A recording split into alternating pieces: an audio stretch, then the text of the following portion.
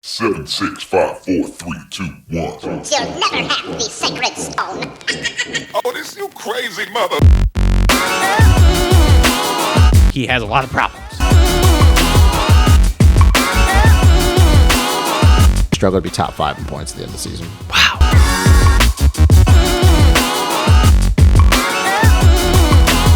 You bleach your hair, you're a sellout.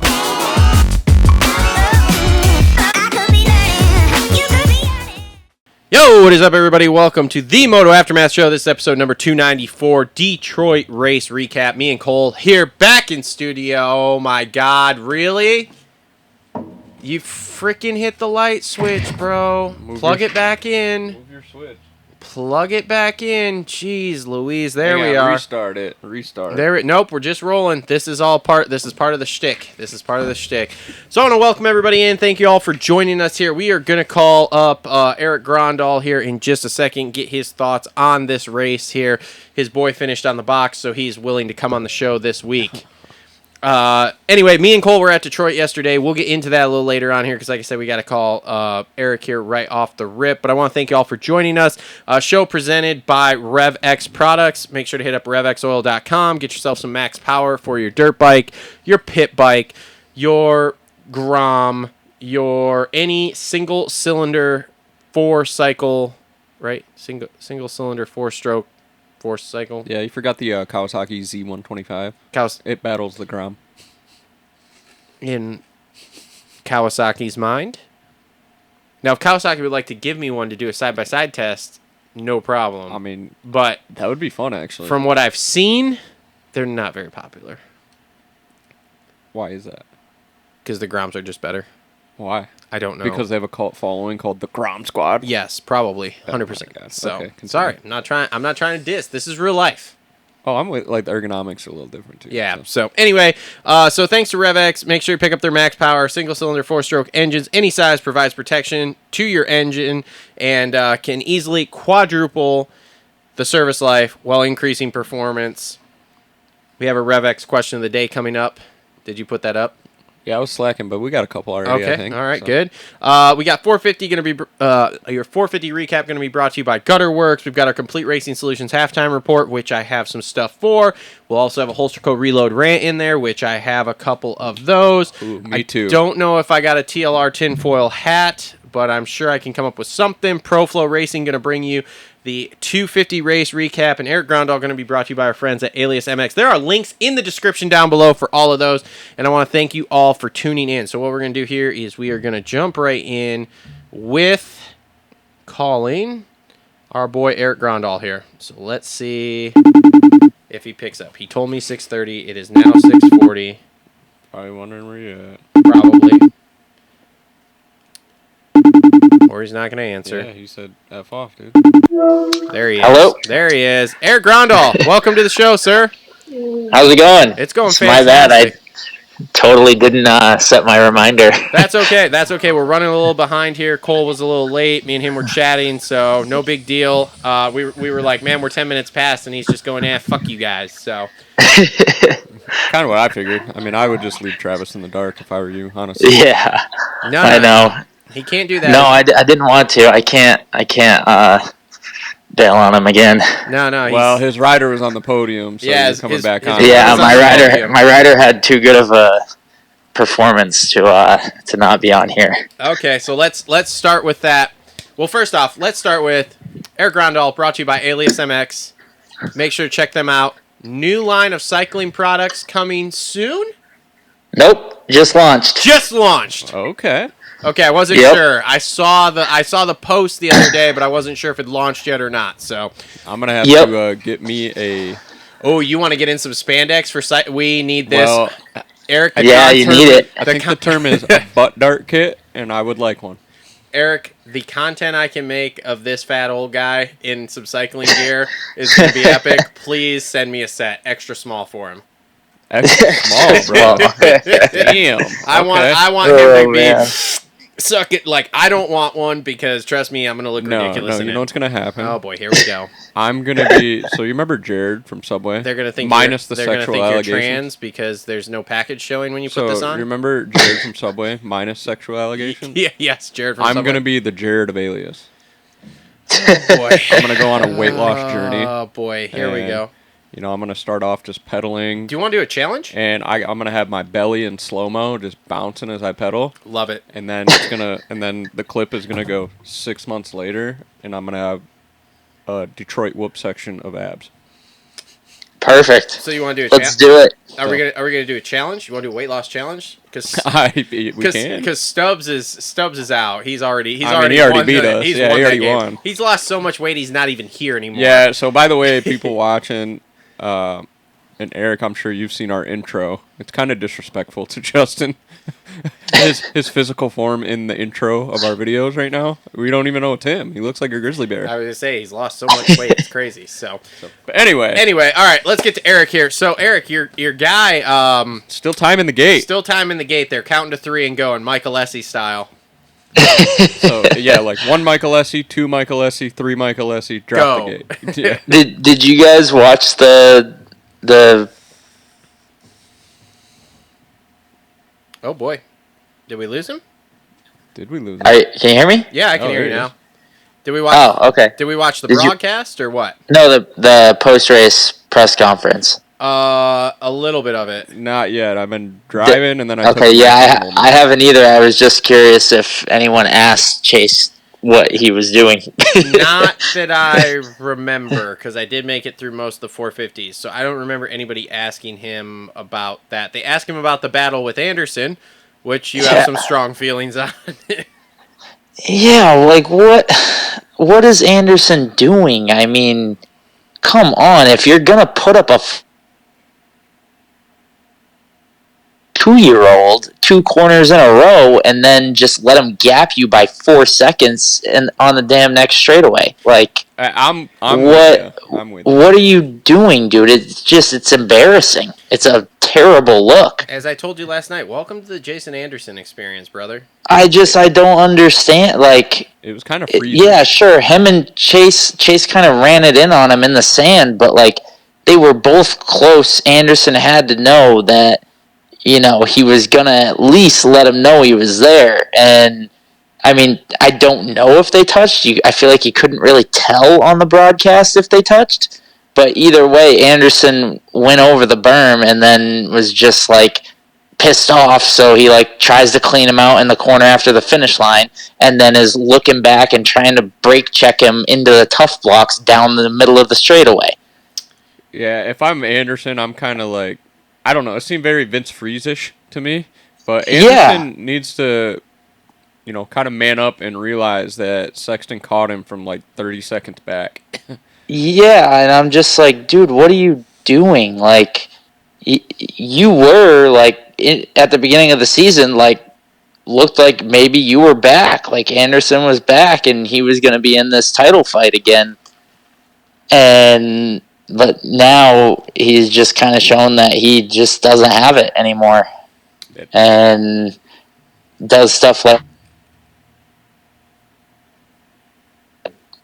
I don't know. Like, grow up. At some point, you got to grow up. Yeah. Yeah, I think And- he's just the pace is just too high for him. I don't think he can Yeah. go anymore. He's Like I admitted think he that, peaked. though. He's admitted that he doesn't have the pace anymore. Like, what was it? What did he say, 22 or 23? He was... Because 22 he 22 was really, is a hell of a good year. Yeah, so 22 is really good, and then he's admitted that Yep. he came back in 23, and he was like, the pace went up, and I don't have it anymore. So he's like openly admitting that he does not have it for those guys. So Did you catch the crash at the end of the main at all? Because it was kind of over by where you were sitting. his crash? Yeah.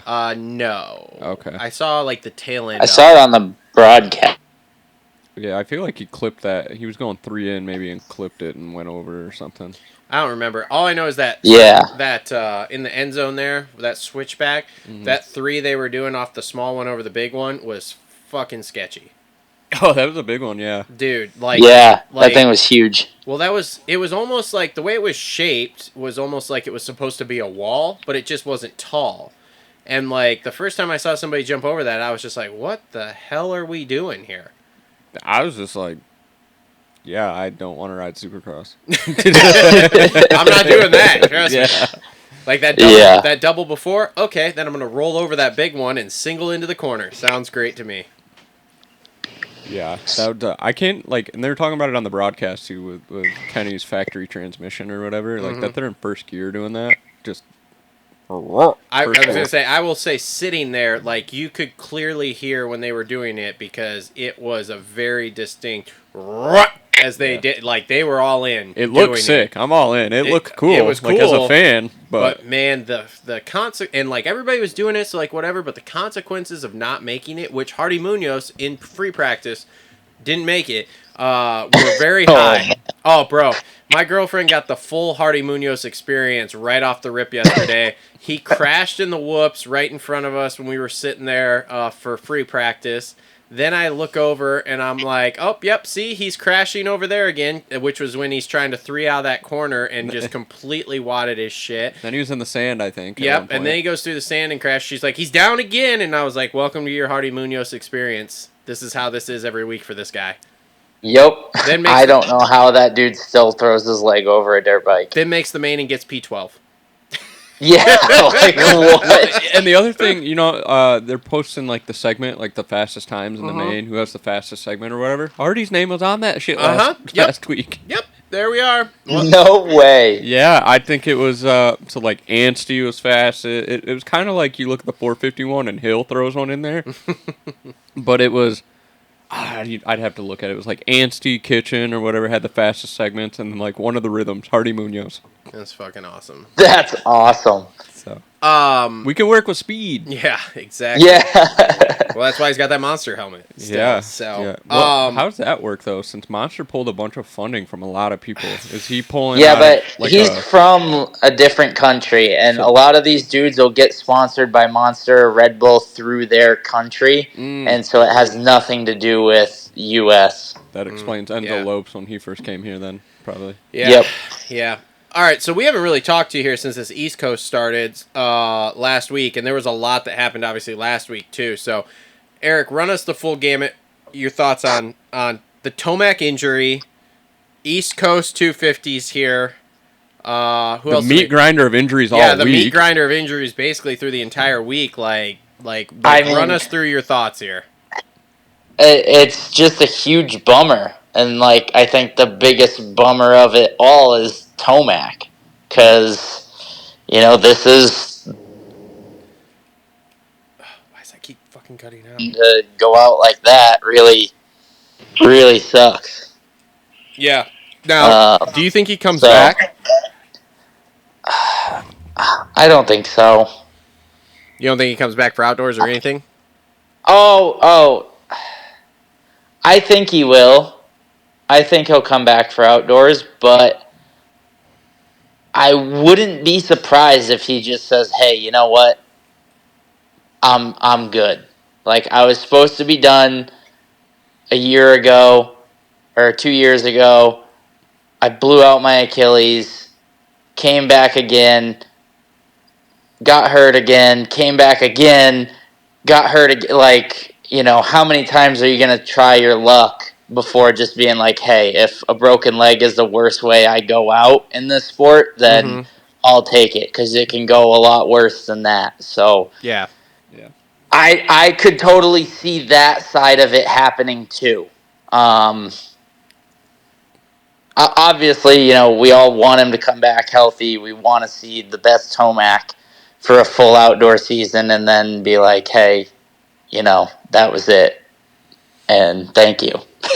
But yeah, I could see it going either way. Obviously, I want him to race, but totally respect whatever he does decide. He's had a hell of a career, that's for sure. And I'm just super bummed because it was definitely shaping up to be a good title fight, that's for sure. Yeah. Do you feel like that was the best we've ever seen him? I don't know that I'd say the best we've ever seen him, but I would say it's as good as the best we've ever seen him. Yeah, he was looking good. He was looking real good. Yeah. Like, he was, like, consistently riding really, really well at every round. So I think it shapes up really nice for outdoors here, though, because he's gonna be pissed. Because my mind is that, or my thought is that he was here this year as one last hurrah, but like he was not coming to shake babies and kiss hands. He was coming to fuck and fuck hard, and he was here doing it basically. And so to get to run into something like this, where it's like he didn't even crash, he didn't ragdoll, he didn't anything, he just drug his foot through a corner a little bit and be out. He's pissed. Which is why it wouldn't surprise me to see him back for Supercross next year, too, because I don't think he wants to go out.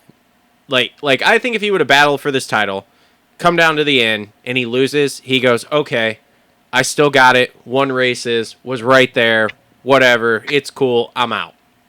But to go out this way, I don't think that's why. I don't think he wants to go. If he wanted to go that way, he'd have left after his Achilles. Yeah, I think mindset changes a little bit too with Jet's injury as well, because they're both going to be, I guess, if you want to call it an even playing field, coming back from an injury, going into outdoors or whatever. Yeah. If you want to look at it from like a mental standpoint, he's like, hey, me and him are going to be building at the same time. Who's going to be the quickest to being badass again? So then you throw Prado in the mix too. Where's that going to go? All those guys coming off injuries into outdoors. So. Yeah, 100%. Yeah, but Prado will have a lot more time on the bike to get prepared for outdoors than those two. Didn't Prado do his shoulder? Yeah. Doesn't a shoulder take a lot longer than a knee? No, I don't think so. I always thought shoulders were more now. I thought so too. So, I don't know. Either way, yeah, it's going to shape up to be kind of a cool outdoor season too. Yeah. But, I don't know about Supercross, man. I think he's definitely chasing after SMX because that's the one thing he's kind of missing from his resume. Yeah. But if it comes down to SMX and Tomac wins SMX, I think he's out. Could be. Oh, for sure. Yeah. Could be. So. But yeah, 250 class. I mean, that was a roller coaster of a ride of a main event. That's for sure. Just when I thought that, Pierce Brown would never be like a race winner or title contender. He was just always going to be that 3rd to 6th place type of guy. He's out there just friggin' stomping them in the lead. And then, of course, that friggin' treacherous whoop section ends up getting him. Nope. Let me hold you there. Pause. The Back fucking up. Tough block. Continue. Yeah, I mean, tough block, whoop. I mean, those whoops were fucking brutal. Yes. Those were tough block bad. Didn't help though. Can we talk? No, tough blocks never help. Can we talk about Webb calling out Dirt Worx for not knowing what they were doing, putting that whoop section together before the night show? Oh, he called them blind on the podium. Yeah, and insert. No way. Yeah, on his podium interview, he's like, I don't know who prepped the whoops, but I think they were blind, like right on TV. And then insert Dirt Worx vlog of Alex doing the whoops himself, putting that clip in there at right before he shows the video of himself prepping the whoops and explaining exactly how he's doing it. And I'm just like, damn, really? Freaking awesome. Yes, I watched it today. Literally, the clip pops. I'm watching the vlog. All of a sudden, the clip pops up of Webb being like, I don't know who prepped the whoops, but they're blind. And then, boom, here's Alex in a skiddy, literally being like, well, first, we dig the back out and put the dirt on the front of the whoop. Here's me packing it in. Here's me backblading it to make it nice and smooth. Did he flip the camera around with, like, Ray Charles? Well, maybe don't do it like that, and then. I'm just like, this is awesome. The track guys are going to fight with the riders now. God. Yes. Anyway, back to Pierce. Well, either way, I don't know what it was about that dirt and that whoop section, but that was like one of the gnarliest, sketchiest whoop, because nobody was getting through them good all day long. Like, everybody looked like they could die at any moment through those things. 100%. Yeah. They were not. Your name was Malcolm. So, yeah, that sucked. I was stoked for Daxton Bennick. He's an awesome kid. And then, of course, he goes out and gets a concussion this week, and I'm just like, damn it. Like, kid can't catch a break. But, yeah, I mean, it was a heck of a race, that's for sure. RJ getting stuck in the friggin' tough block. or whatever that thing is, the UFO block, whatever you want to call that thing. Two Yeah, for the two, flying 2 for 2 on top saucer. block. Yeah, it was last weekend was just chaos, and it sucked for Kenny to lose that many points because lappers just don't know how to stay out of the way. Well, Tristan Lane did a good job of getting out of their way, but Jeremy Hand did not. I think the biggest loser of it all was the cameraman that got hit with the tough block too. Yeah. Yep. Did you see that clip there? Did you happen to see that? I saw the whole crash replayed like 50 times this week. How about And Kenny walking off the track and the guy's following him with the camera? Oh, yes. And just yes, face I did plants see the that. camera. Yep. I saw that. So 3 for 3 with tough blocks. Yeah. Treacherous. Get rid of them. Ban them. Terrible. Yeah. I'm done I with just them. don't know what else do they do. I don't know. I feel like there's got to be Dudes Chainsaw. make something. low lines and cheater lines during the week at the practice tracks, and the mechanics and team guys have to yell at them to stop taking them. Yeah. So you know it's going to happen at the races if you put those damn yellow stakes that they have at the Nationals. They'll just run them over like they do at the Nationals. What do they run on the faces in Paris? I don't know, but Because I know they've got like some kind of different way of doing it, and they can still get their. I think sponsorships theirs out of it, are but- like they're like hollow, and like if you land on it, it completely collapses. Yeah, it's inflatable, isn't it?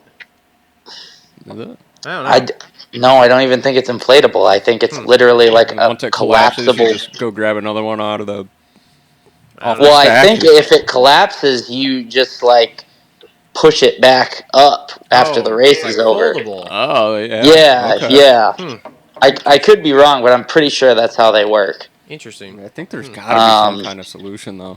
Yeah, there's gotta be something that they can do. They They've should hurt more never. people I than don't the feel Worx. like they should ever be on the landings of jumps. No. Like that's one thing. I don't think they should ever be on the landing of a finish line or the landing of a of a triple or anything like that. Which, for the most part, they usually don't have them there. But every once in a while, they'll have a random placed one on the landing, and I'm just like, why? Yeah. Well, it's like in between the triples too. Like Cole Davies, for example, in Glendale. Like went to bail out because he wasn't comfortable rolling the triple on the first lap like that. I don't blame him. Yep. Boom. Fucking tough block. Ruins his night. Yep. So, I don't know. That's sad. I could rant on those for a while, but Yeah. I don't see anything happening anytime soon with them. Yeah. So, are you concerned with Tom Vial at all? After 2 rounds. I don't really. This was his type of track. I feel like he does better when it's more technical. Mm-hmm. And this track was kind of just a wide open, pin it as fast as you can type of track, with it being, it was still rutted, but it wasn't gnarly like an East Coast Supercross track. Yeah, it wasn't as soft as I thought it was going to be. I feel like Detroit's always the way it was, though. It's always just like it gets ruts, but they harden up really quick, and the dirt looks like it has traction, and it's just straight ice. Yeah, like that. I mean, every time I raced Detroit, it was just like that. We'd get ruts in the corners, ruts in a couple of the jump faces, and then the rest of the track was just a damn ice skating rink. Did it go in the stands when you raced it, Eric? Yes. What are your thoughts on that? I think they need to bring that back, as it's a Detroit staple. I thought it was cool, and I always liked watching it, but as far as racing goes, it really provides zero aspect to making the racing better. Like, it doesn't create passing areas or any, like, it's always just the same one line every single time it goes up into the stadium. People follow the same line up, they take the very inside, and then they follow the same line down into the rhythm section or into whatever. It was always fun to ride and practice, but yeah, it was never. You were never going to make a pass there, or once every 1,000 laps, maybe. So I wonder if they just didn't bring it back because of that reason, like riders not digging it or what? Cause, Yeah, it's probably extra money. Yeah, it probably costs more to do it, and it doesn't really provide to the racing. And I'm sure the riders were probably just like, they're probably 50-50. Some were probably like, yeah, it's cool, we want it. Some were probably like, there's no reason. Yeah, it's like from a fan standpoint, sitting there, I was like, man, Detroit and Pontiac was just always known for the track going in the stands, and that was just kind of Michigan's thing. And they're not. Yeah, it definitely looked cool. So I remember when I first came back into moto, the first year they didn't have it, and then they brought it back for a couple of years there, and I was like, oh, this is so fucking cool. Yeah, Bogle's title year they had it. I just remember Bogle coming down and just looking saucy. Mm-hmm. Now, like Eric said, on a guy never provides any racing thing, just makes the track 5 seconds longer or something, which we could have used, but... Just different, unique. Yeah. I don't know. Now, we could figure out a way to get it to go into the upper bowl. Maybe what we could do is go up it and then jump into the upper bowl and then turn and come back. Oh, so like Robbie Madison on New Year's Eve kind of thing. Yeah. Yes, let's do something like that. Let's really make some... What kind of insurance policy some we get on sketchy this stuff. one? It's fine, dude. These guys are professional athletes. They should be able to do a jump. I mean, did you watch the C practice this weekend? Oh, bro, don't get me started. I'm going to rant on that, too. Are we sending them through this Joker lane or what? No, we're eliminating the C practice, but we'll get to that in my Holster Co. Reload rant later. Okay. Hey, that's where I had to start out at. Look, brother. But the thing is you made your way out of the C practice. Yeah. So there are guys out there just doing it for the bio. Oh, God, yeah. Eric, let me put it this way. We need to weed them out. 450C practice this week for Q2 had 3 dudes in it. No, 5 maybe. No. 4 there was 5 for Q1, and then there was 3 for Q2. That came back out? Yes. Oh, man. So, yeah, I remember Toronto Supercross 2017, I want to say. Mm-hmm. There was some dude, he was like 40 years old on a 252 stroke in the 450 class. I remember that. At Toronto, not enough guys, only like 39 showed up. So he had been doing this for I don't even know how many years. Mm-hmm. And so finally, he made a night show just by being there. Yep. And I remember seeing the AMA talking to him. And they said, hey, you'll get your money, you'll get everything, but you cannot go out there. They were like, we cannot let you ride the track with those guys at the same time. Because he was I think he was 25 seconds a lap off or something ridiculous. He was 15 seconds slower than the last place guy in front of him. Mm-hmm. So Mike Hines did that. They did the math on it, and they were like, he'll be getting lapped literally every other lap. Mm-hmm. Or almost every lap, some laps. They should have let him race with the 50 juniors. Yeah. They might have beat him. One of those kids might have beat him. Dude, I remember that guy, too, because that was a big deal of him going to all of them and doing that crap, and everybody's like, dude, what the hell? What are we doing? And honestly, the dude wasn't even upset about it. He totally understood and knew that, he did not belong out there. So I think he was just jazzed to be able to say that he finally made a night show, if you want to call it that. But, that's totally fine. If that's, that's one of your life goals, good for you. You got it done.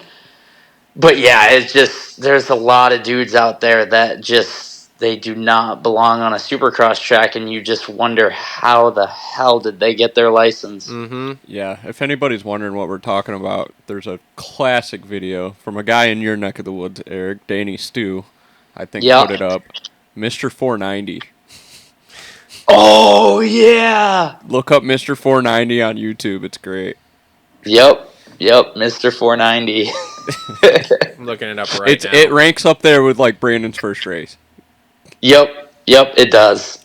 But yeah, we'll watch it here. And No, go ahead. Keep talking to him. Oh, you're gonna watch. You're gonna look it up right now. Yeah, I'm looking it up right now. Okay. Okay. Mr. 490. Oh boy. No, are those guys still?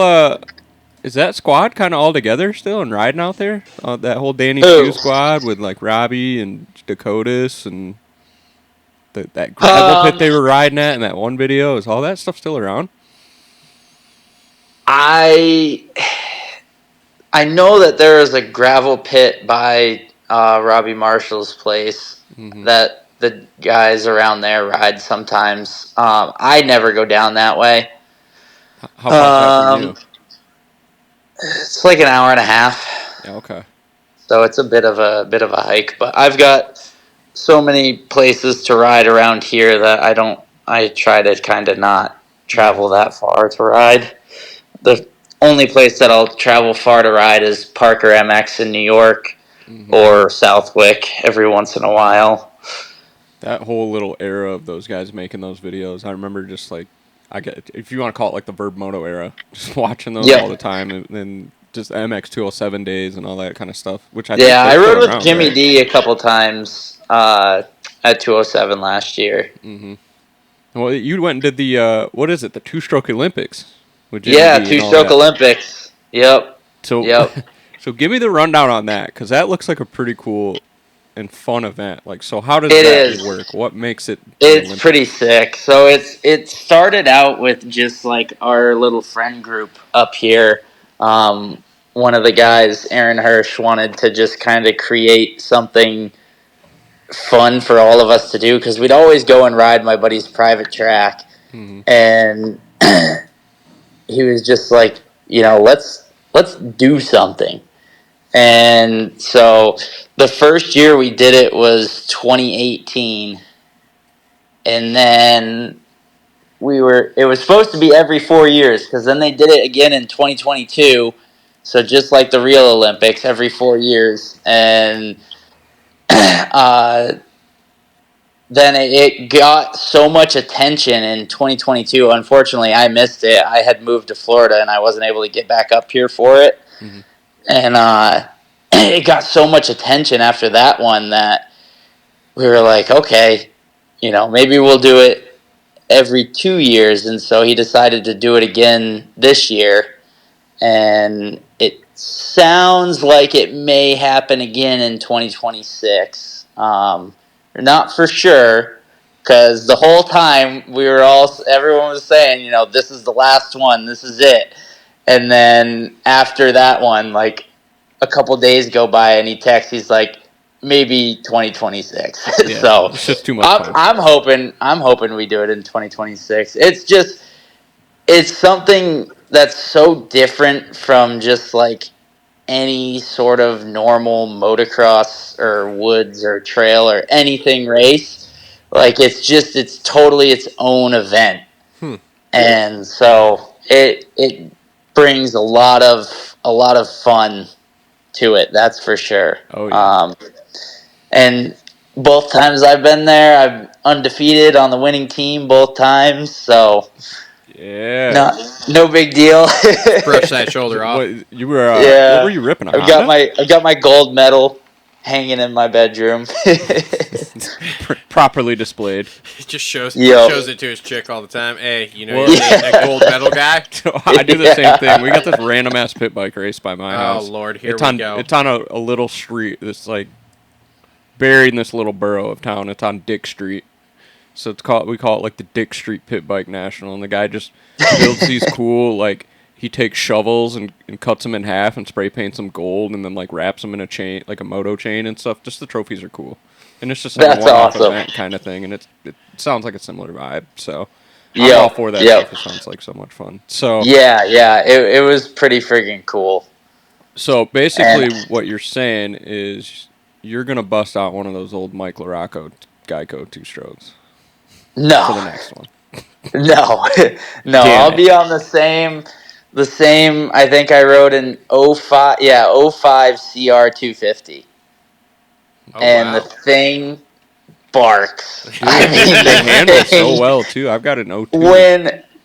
When I committed to it last year, and I was like, oh, I'm like an 05 CR. I'm like, I might be making a big mistake, but I'm like, whatever. It's just like a fun event. Like it doesn't have to be this serious thing because I'm just such a competitive person. I always want to be like fast and competitive and stuff. And so I was pretty nervous. And the first time I go to ride the thing, I was like, oh my God, this thing's faster than my 450.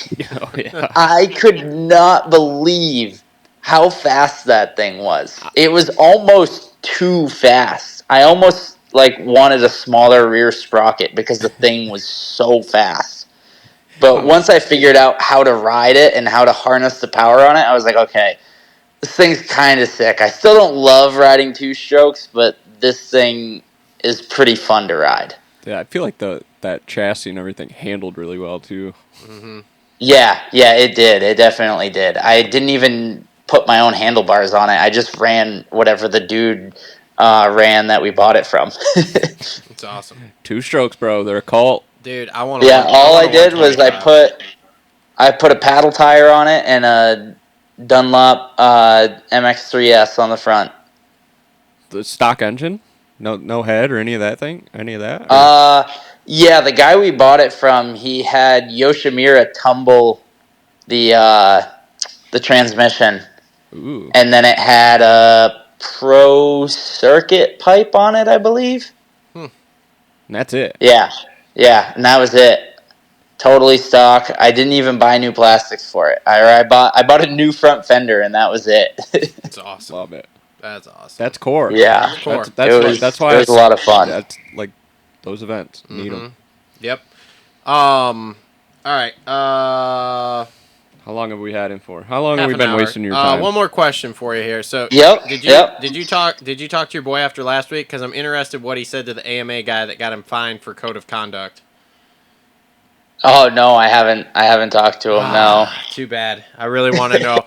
I really want to know because that's what I heard is that it was he was yelling at the AMA official about the transponder or something, and that's what got him fined for the code of conduct. But I just wanted to know what was said. So where are you two on that topic as far as declining the interview? I'm surprised. I'm very surprised. Is that a bad look? No. I don't think so. Yeah, I get it. Like that was rough last week for him. Yeah. that was kind of, he crashed pretty hard. I'm sure his body was banged up. His bike was all mangled, and just not. Yeah, he wasn't on the podium, so I don't understand I understand if they like had a good ride coming through the pack. Like Tomac A1, they. Interview him after he got to 5th. That kind of stuff makes sense. But if a dude's in the lead and crashes pretty good and gets up and just, brings it home, why do you need to interview him other than the fact that he has the red plate? Yeah, but I was still surprised because he usually is really good about always doing an interview if he's asked. Yeah, so I was still surprised to hear he declined that. So he must have been real pissed then. Yeah, who knows what happened? Maybe maybe it was during the whole AMA ref argument thing. So yeah, could have been. Look, I'm just saying, I really didn't think we were going to have you on the show the way that main started off last night. I thought for sure, once again... Yeah, I don't know what he was thinking. Clearly, it looked like he was just like, you know what, they've held the gate long enough, I'm going. Mm-hmm. And it didn't work out, I guess. And then he just decided he was going to tuck that front, son, again. And it looked like he tangled with someone. It didn't look like he crashed because he was out of the corner over the roller is like where his bike was down at. I don't know. Whatever they did to make that bike go through the whoops, though. Imploding. I think they made some improvement on the whoops. Yeah. I was very impressed. They definitely did. There all week. But imploding. Yeah, he was quick. Yep. Oh, whatever, dude. So Whatever. okay, so He implodes and he still comes back to third. Look, man, Okay. I'm gonna throw Give those. him another 5 minutes. He'd have caught them too. look. Look, Webb's in the driver's seat now because I respect the hell out of Chase. I know he's your guy. Sounds like I'm throwing shade, but these little mistakes like this are the things that Webb doesn't do in the long run. Oh yeah, I'm not counting Webb out of this at all. I think it's going to be a dogfight till the end for sure. So who's your guy? But Chase is my guy. Okay. Yeah, All right. so- There we are. And I'm still picking Chase over him because Coop is good and is just fast enough, but I think Chase is gonna have go on a run here. I think he's gonna go on a run of hitting the gate. If you say so, I don't know. I mean, he's on a 2 in a row run of making mistakes. Here. Yeah. I'm. Which is exactly why he's gonna go on like a 3 or 4 in a row win streak. Oh boy. Well, Or more mistakes. Well, we'll see Eric. we'll see Eric in a month or two when Chase wins another race finally. So, I mean, we're going to a Triple Crown, so it's going to be interesting. man, can Yep. you imagine if Kenny gets back within like 5 because this Triple Crown is crazy? I mean, Kenny is going to be solid all the way through the Triple Crown. Like, I think he's just fast enough to win 1 or 2 of them before he fades, Kenny has so. no choice but to be perfect from here on out. Like and he has to start winning. He can't keep letting Coop, get him in the final 2 minutes of the race. I felt like I was watching 2021 all over again. Coop was surprised. Same here. Coop was surprised. He was much more aggressive than before. He's fixed some things, is how Coop worded it. Well, he got a factory Bruce Jenner, dude. Well, yeah, I know. He's got that factory Bruce Jenner. That's a thing, but Transmission, for those wondering. for anybody wondering, that's a tranny. That's a tranny. But, yeah, no, Coop said he was surprised. He fixed a few things, and then they pressed him on what things he fixed, and Coop said, well, he's much more aggressive, and I'm like, okay, so what did you notice about him that he fixed there? Because I'm sure there was something that he's, like, not saying so that Kenny doesn't know, but... Yep. Oh, yeah, Coop loves the head games. And that's what I'll be curious to see what he tries to pull with Chase. Yeah. Because, not just because he's my guy, but I feel like Chase is kind of tough to mess with because he just doesn't care. I don't know. He's pretty fired up at McElrath and the Star guys for taking his date back in that championship run. Poor Shane Sins. Yeah, but that's 250 days. They're all so young then. Yeah. They're all older now, more mature. Sure, we'll go with that. What? What do you got to say? We'll go with that. Everybody, they're way more mature. Mr. Awesome hasn't Well, except for matured yet. Anderson. These kids are all so cute, man. Anderson and Mr. Awesome. They just haven't matured yet. It's great. But He might mature by the time you're 40. from an adolescent to a young adult. he's fried, bro. It's fine. So, all right, man. Well, hey, appreciate you coming on tonight. You got any other? Yeah, thank you for having me. You got any closing thoughts here? Yeah, give us the hottest take you got. Tell me something secret that I don't know. Oh wait, it's West Coast this weekend. Yes. Yeah. Are you going? That's right. No. Nope. That's too bad. Um, Make you a Moto Aftermath affiliate. Hot take. What's his name? The kid we were just talking about. Oh, Cole Davies. Cole Davies is gonna win. Okay. Triple Crown. Well, I don't think that's that hot a take. He won 2 out of 3 at the last one. So Dude, he looks so fucking good. that kid is. Yeah. Hot take.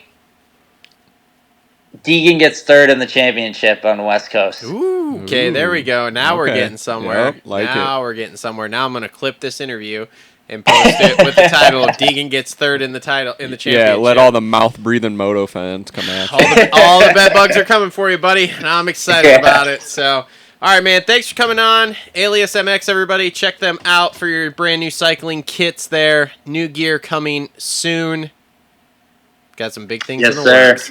Big things. Thank in the you. works. Look good, feel good, ride good. Yes. And I'll look That's for that right. extra small cycling kit for Cole over there.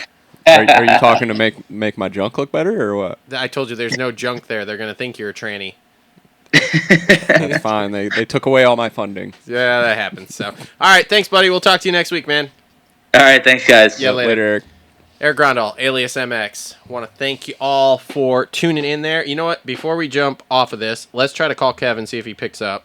Do you see Wow, this? what an angry looking Dude, photo. I know. Is this not intense? Show that to everybody. Look at This is what you see when you call Kevin Moranz. It's crazy. Let's see if he picks up here. He made the main. He should be happy. 18. I just don't know if he's flying, driving. I don't know what's happening. Well, he said if he doesn't answer. There he is.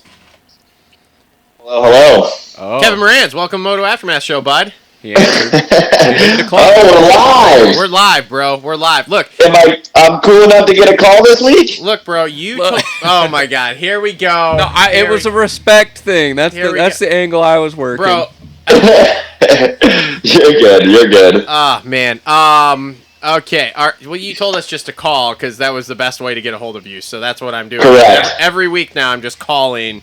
Yeah, that's fine. Unless these dickheads talk me out of it somehow, but that's rare. So, hey, buddy. So, great job last night. That was a solid LCQ ride there by yourself. So, Thank you. I appreciate it. Took me too long to get around Cobb. It sacrificed my positioning in a sense, but got it done. That's what matters. Yeah, I was very impressed with your whoop speed.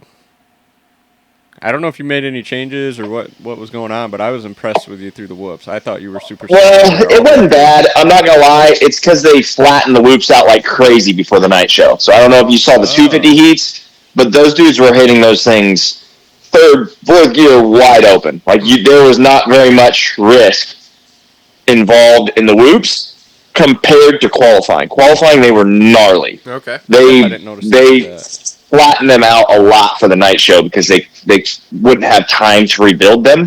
Okay. And they were pretty jacked up, so they needed to rebuild them. And when you peak something up and you make it fresh, every time you rebuild it, it gets slightly more mellow. Yeah. That's why I always struggle a little bit more in qualifying, and by the time night racing comes around, that's why I'm always better, is because the track's a little bit more mellow. Gotcha. Yeah. Gotcha. Makes sense. No, I was watching your riding in the LCQ, and you were looking smooth, like that triple on the far end. It was like that 5-footer wall that you had to land on. Yes. I think you were one of the few privateer guys uncorking that. Yep. Yeah, I wanted to do it the whole LCQ, but I couldn't do it with him right in front of me. So as soon as I got around him, I was like, thank goodness. Was that sketchy to do, or was that relatively easy? Yes. Nah, it was sketchy. Okay, Well, that's what I thought. So yeah, on the broadcast they were talking about Kenny's new his Bruce Jenner, his factory tranny that he's running, and I'm like, and then you come around the LCQ and doing it, and I was like, there's no way Kevin's in first gear hitting that thing. So what, are you clutching the shit out of it in second or what? Nope, I'm in second, and I run 1453, so I am on a different gearing ratio than most everybody else. That's for them starts, baby. Yeah, Yeah, I guess. I don't know. It works for me. that's cool. No, that's little stuff like that I always see that sets you apart from some of the other guys. Do you know- always hit the Yeah, big well, I shit? appreciate that. Do you know why they took that quad out there in that little first? Yeah, I think it was after Joey wrecked, and then also just because that was going to be the main line, and there was going to be people that needed to hit it, myself included, which I did hit it in Floyd 1. But like I came up, out of the 3 times I hit it, I came up pretty short twice. Oh, okay. So it was just, I think it was going to be more of a liability for them than what it was worth. Gotcha. So did they? And I'm happy they changed it because it actually kind of made it a little bit more racy.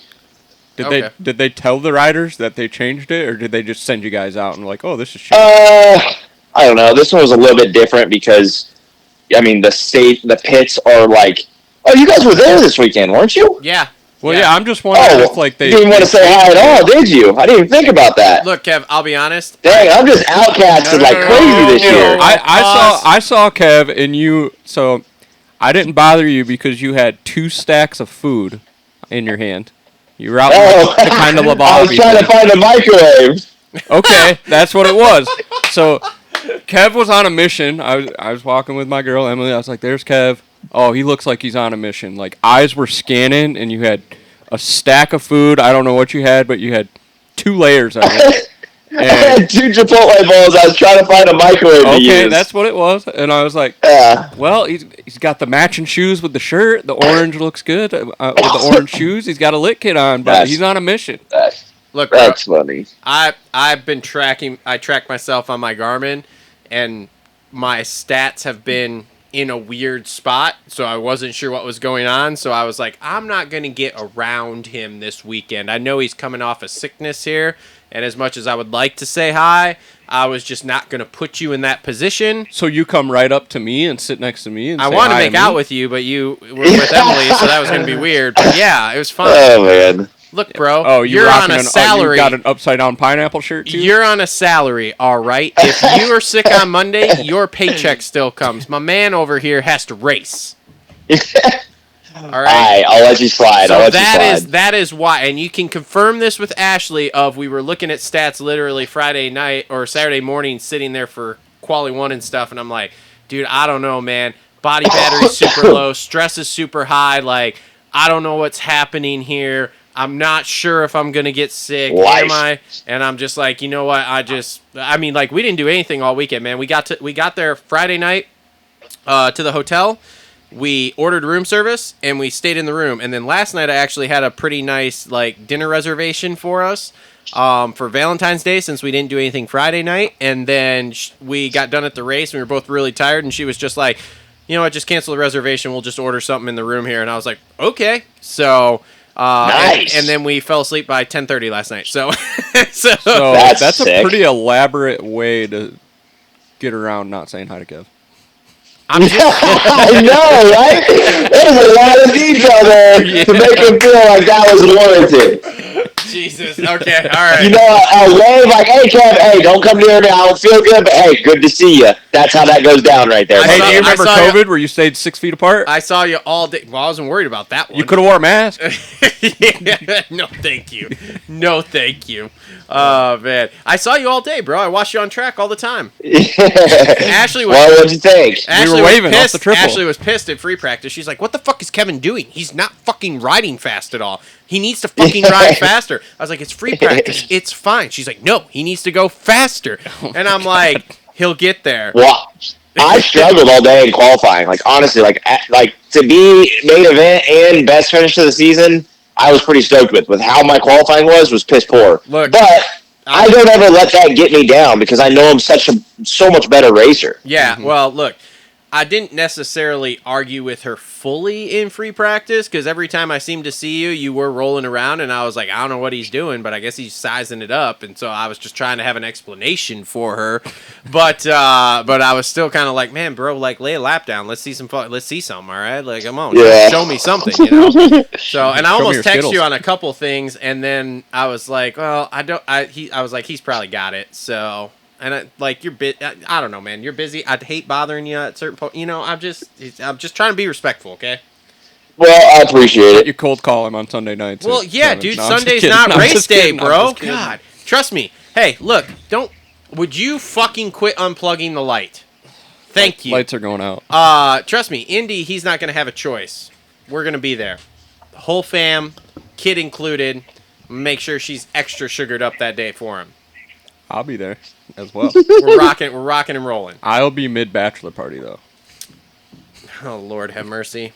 Lord, bachelor party for you? Not for me. Oh, okay, I was like, I didn't hear this news. Not yet. Okay, all right, fair enough. So yeah, so Indy, he doesn't have a choice. We're gonna be there in his face all day. Solid. I'm gonna have Ashley be yelling at him about how he needs to go faster. Maybe her and Rachel will team up and tell him how he needs to go faster. Well, we don't know if we're going to have, hopefully I won't get in Tomac's way if he's back. He won't be back for Supercross. He won't be back. You'll be fine. You'll be fine. Oh, you think he's out for the rest of Supercross? He ain't yeah. he ain't coming back for Supercross. He'll come back for outdoors. I Wait, think. hang on a second. So he's upset with you this year? No, she was pissed off because I fucked up or messed up. Whoops. I guess you guys play fuck all the time on here. Yeah, you're good. Don't worry. That's And yeah, she was all mad at me because I messed up a qualifying lap of his like 2 years ago. Oh, 2 years ago, and he's still beefing. No, he's not. Tomac probably don't care, but Ash was mad at me. Oh. No, I'll never forget Detroit. I think it was 2 years ago. Webb pissed off at you, throwing his hands up. Oh, and then Pops out, and then he eats shit on the side of the track. Yeah, dude. We'll never forget that. That was funny. That was instant karma. Man. So, any run-ins with Starling this week? You want to Yeah, talk? yeah. You want to talk some shit on him on this show because he was talking some shit on you. Yeah, he's talking shit on me, but I ain't gonna sit here and talk shit on him. If Really? he can say whatever he wants, dude. I'm not here to talk shit. I'm just here to race. Didn't I tell you that this weekend? Well, Big MX Radio, he was on there talking shit about Kev. Like, oh yeah, I looked over and saw him, and I knew that he's one of those guys that will pass you in the blue flag, which I'm like, I don't even think you guys were getting blue flags at that point, so I don't know what the fuck you're Well, talking I about. guess Jason was right behind me, but I was so focused on him because obviously I'm racing him, so I was not you knew looking he was behind me gonna at do that some point. sketchy shit, probably. Well, yeah, then he looks back, he checks up, and he hits Kev. Well, and Kev flips over the tough block. Well, no, Kev was over dramatic about flopping And off the flopped bike over. for the my vlog. God, for the dude. vlog. Yeah, dude. I did bring that to his attention this week. I was like, that's ridiculous to even try to say. He's like, that was a joke, and I was like, all right. He always But- has to sweet talk his way out of some shit, and I feel like I'm reading it. Yeah, but I'm not. It is what it is. We're racing Supercross. Like, he checked up enough that I really didn't know what he's doing. I thought he was letting me around him, but then when obviously he looked over and then dropped the clutch into me, I was like, okay, that's how we're playing this. All right. So I mean, it is what it is. I went around the outside, like fair game, but what irritated me is just the way he kind of handled it after the fact, and then that whole podcast situation. But it is what it is. We're racing, and if that's the way we want to race, that's the way we're going to race. Kev, taking the high road. I you'd love like- it. if But you- I will take the low road for you. If you'd like a point in my corner for the Kevin Moranz, I did flip off Starling in free practice this weekend. Hey, what are we? We're 4-1 on better finishes? Look, we're main event Moranz. We're way more main. We're Starling's better finishes in all of them. struggling. We're not using our bike for excuses. What bike? He's on a gas. He's so Well, comfortable. It's there like was being something home. wrong with his bike this It's weekend, like if you being- didn't know. No, I didn't know. Yeah. Oh man, transmission issues. He's got tranny issues. You I don't guys, know if he was on a Kevin you Moranz guys can racing talk bike. shit on him without me here. I want to be part of If it. he was on the KMR KTM, he wouldn't have had issues. That's just all I'm Exactly. saying. Bingo. Don't worry, Kev. I'm gonna clip this and put it after the.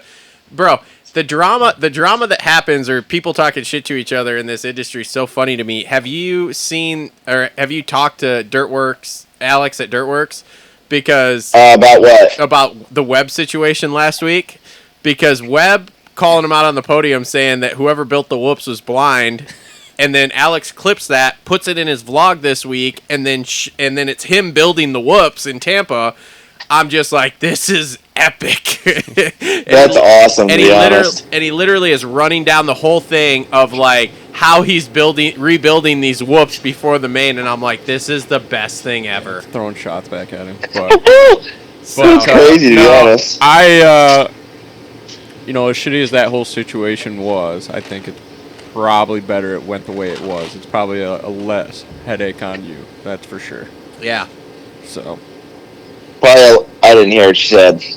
I said, as shitty as that situation was and all that kind of leaving you hanging, it's probably best that it went the way it was, so you don't have to deal with that kind of drama all season. Yeah, exactly. And that headache sounds like a big headache. So, So, what do you guys think of the whole Max Fantasy restart situation? Okay, so I might be different. You go ahead. Okay, so I think it's BS, but apparently in 2024, and I just found this out today courtesy of the Weed Show, they rewrote the rule. So the old rule used to be if you were 90% done with the race, which this is the rule I remember. If you were 90% done with the race, it got red flagged, the race was just over. But I guess in 2024 when they rewrote it, which they rewrote the rule because of the Deegan situation at Budds Creek in 23, when they rewrote the rule, they rewrote it that if there's still time on the clock or whatever, but say it's not a lot like we had this weekend, it is supposed to be a green, white, checkered finish, but they are going to they want to complete 3 full laps, which is why they did the start, came across, came the next time, green flag, came the next time, white flag, came the next time, checkered. But I still think it's bullshit. Max Anstey won that race, hands down, and yeah, it's a clusterfuck. I think it's part of racing, man. That's the hand you were dealt in this race. I understand. If you watch a little bit of NASCAR, they have green-white checkers all the time. Yeah. And usually the guy that was kicking ass all day and had the fastest car, something happens and he doesn't end up winning. I understand. So. What are your thoughts on it as a racer? I think that there will be a rule change because of it. I think if I'm gonna be honest. Because I think it's not. I don't think it's cool. Like if he had a 12, even he was let's say a 12-second lead. No, he was 7. He was 7 seconds. 7-second lead.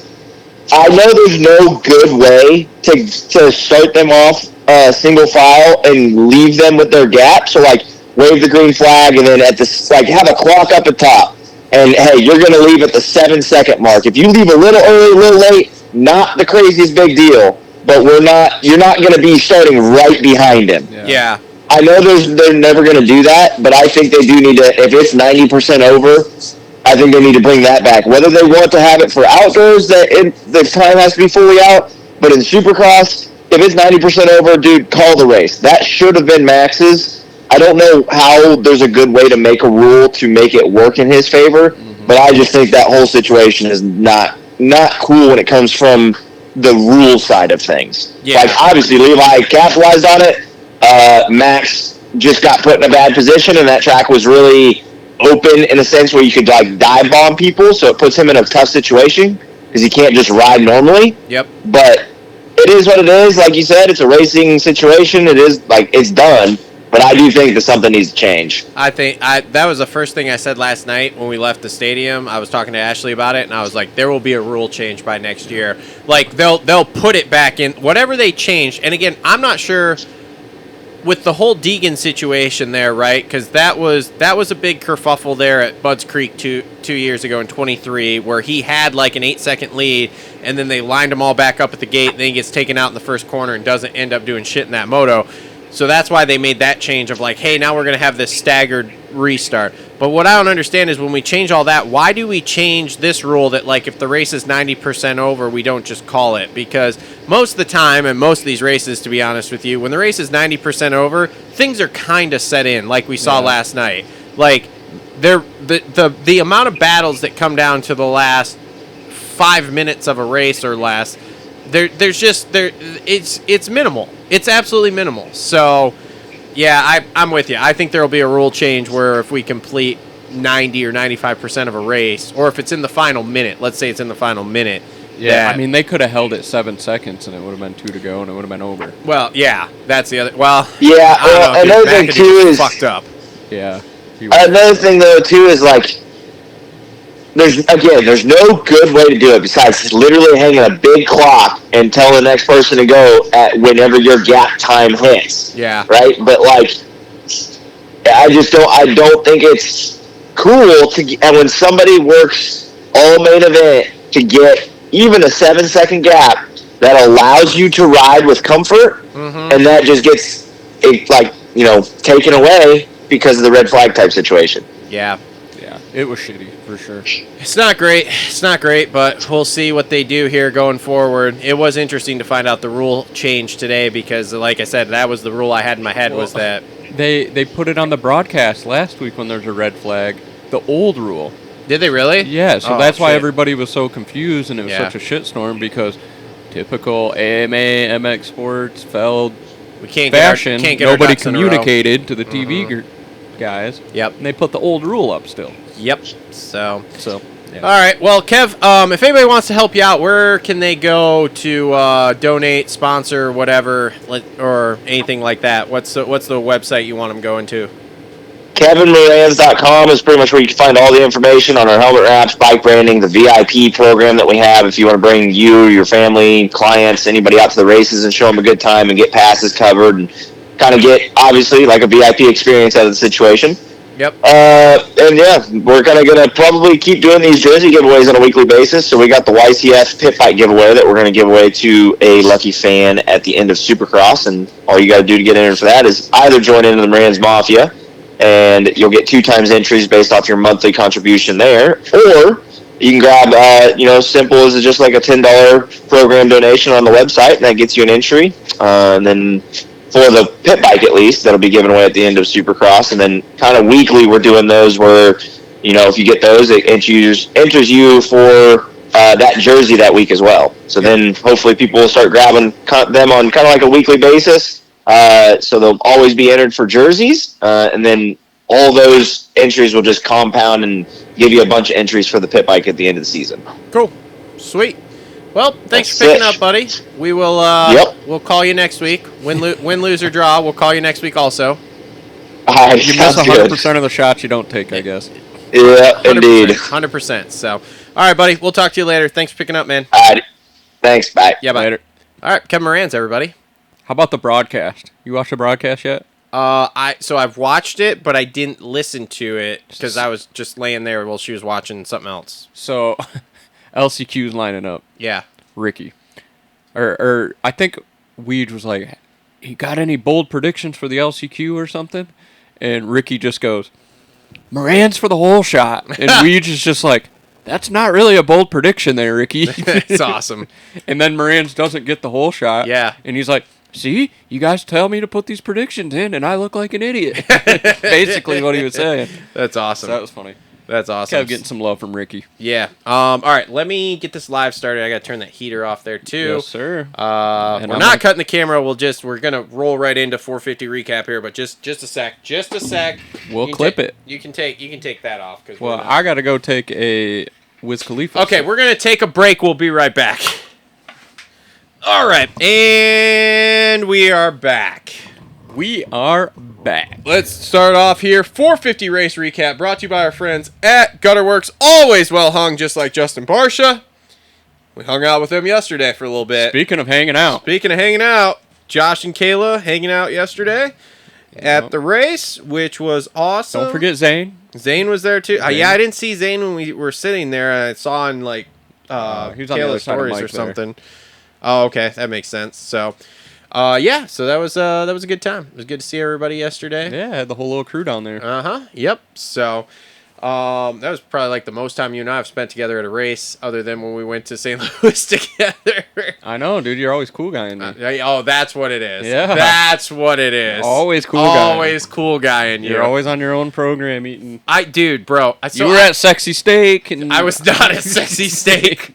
We did not do Sexy Steak. Okay, so funny. Before we get into the recap here, we're just let's BS a little bit about our race experience. So everybody that knows. All right, never mind. We're not starting 450s yet. Not yet. Not yet. I mean, Okay. I guess we could save this for halftime. But Travis and I were at the race.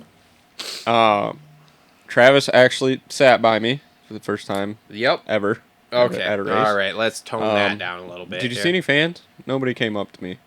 No, I didn't run into anybody yesterday, which Wow. was weird. We're losers. But so here's the thing though that's always weird is like I always just like keep my head down and like I'm just going to do kinda my the same thing, way. right? Yeah. Like I'm not like looking because I was thinking about that yesterday. I was actually consciously thinking like, man, I kind of want to look and see because like Patrick was there, Patrick Weiler or whatever, and I was like, oh, I should be looking around to see him. But then I'm like, man, I don't want to be that guy that's like looking like for the fan, like, oh, hey, buddy, hey, yeah, you watch me, buddy, like, come take a picture, yeah, buddy. like come take a picture. I'm just there to do my thing. It is take cool videos. though. So I hadn't had that ever happen before. Okay. And you guys have it happen at Red Bud. and Yeah, stuff we've like had it that, happen but before. A couple of times. Emily and I were in Vegas, and I'm sorry, I forgot who it was, but Oh, if it's you, comment down below. who was sending you videos from Vegas SMX? Oh, I don't remember. God, now I'm a terrible person. Now too. you're a Now terrible we're both person fucked. too. But whoever that was, I was okay. walking along, spotted me. What's up, man? All that. It was cool. It was cool Cool. to interact. So Yeah. felt like I was somebody, bro. I felt important. I was like, dude, I'm thousands of miles away from home, and You should have felt important yesterday. I You're got up people there, calling me out. up there in that Kawasaki suite, looking down at us peasants sitting in the regular seats. Chicken tendies are good, dude. Should have came up. The whole suite next to us was just completely empty. I don't have that life. Well, it really wasn't all that great because if you saw how smoky the stadium was from the fireworks. We're gonna get into that when I rant. Yep, I was up in it. I'm still lightheaded. Maybe that's why I feel fucked up. Or maybe I it's because I actually just drank a thought- Red Bull. I don't know. But I thought it was worse yesterday, like from the smell aspect. I thought it was worse down low than it was up top. Like when I was up walking the mezzanine, I was fine, and then when I went back down for Q2 or whatever, it's like when I got down to the bottom, I was like, man, it really reeks of race gas down here. And I say reeks. I love the smell of race gas, fuel, yeah. but I it's love when like it you just can only smacks me breathe in the face. You can only breathe those fumes so long, and then so I actually thought it was better down low than it was up high, but yeah, we'll get to the it looked like haze. It looked like 05. Looked like there was a 2-stroke race in there. Yeah, it was a thing. So, outside of that, I mean, it was. Man, it's I was driving back today, Yeah. and I was just like, I don't know if I'm going next year. Really? I don't know. Detroit is just. I don't feel like Detroit has a lot to offer as far as like things to go do. Yeah, it doesn't. And then to go do the things at fucking 3 degrees and snowing. Mm-hmm. That was what I was saying to Ashley last night. So the place we stayed was okay. We won't go back, but it was okay. But last year I stayed at the casino, and like I told her, I was like, man, I wish we were staying at the casino because it's That'd be just a way little bit, too yeah. easy to walk downstairs, go to the casino, and then when you're done, just be like, okay, cool. You don't have to go outside. You don't have to take your jacket. You don't have to do anything. Right, You're right. just there. Mm. So like that's cool. I don't mind that. And hauling a jacket around all day at the race too. Yeah. I mean, it did get a little cold in the stadium. Yeah. So, but like that's why like she had asked me, she's like, how bad is it outside? Because I walked to Dunkin' in the morning to get breakfast, and I'm like, it's not too bad. I didn't get hit by any wind. It's like we just wore our hoodies because like Mike had asked me before, he was like, how cold is it in the stadium? I was like, well, it's not bad. I was like, but once they turn that air circulator on, then it gets cold. You can feel the cold air come in. So I don't know what they did. But like I said, we wore our hoodies.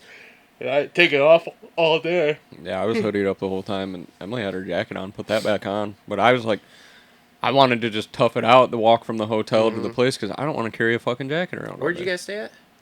Some place called the Element. How far was that? Oh, I saw About I've 2 seen blocks. it. You know where the Yeah. brakeman is? Mm-mm.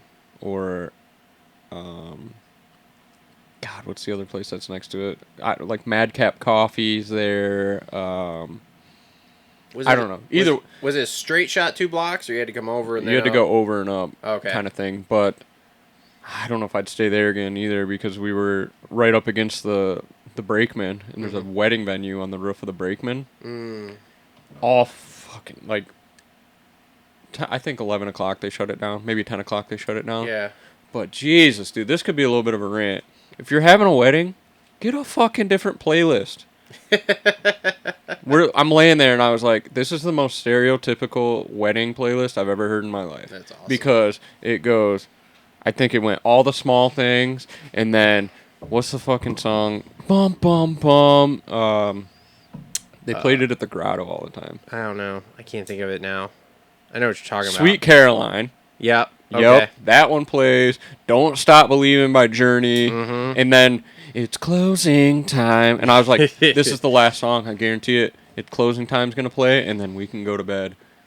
And Well, hey, sure shit. look, man, I'll take that over a fire alarm. Well, I knew something was going to be up when we get in the room. And there was a white noisemaker in stock. Get out. Yeah.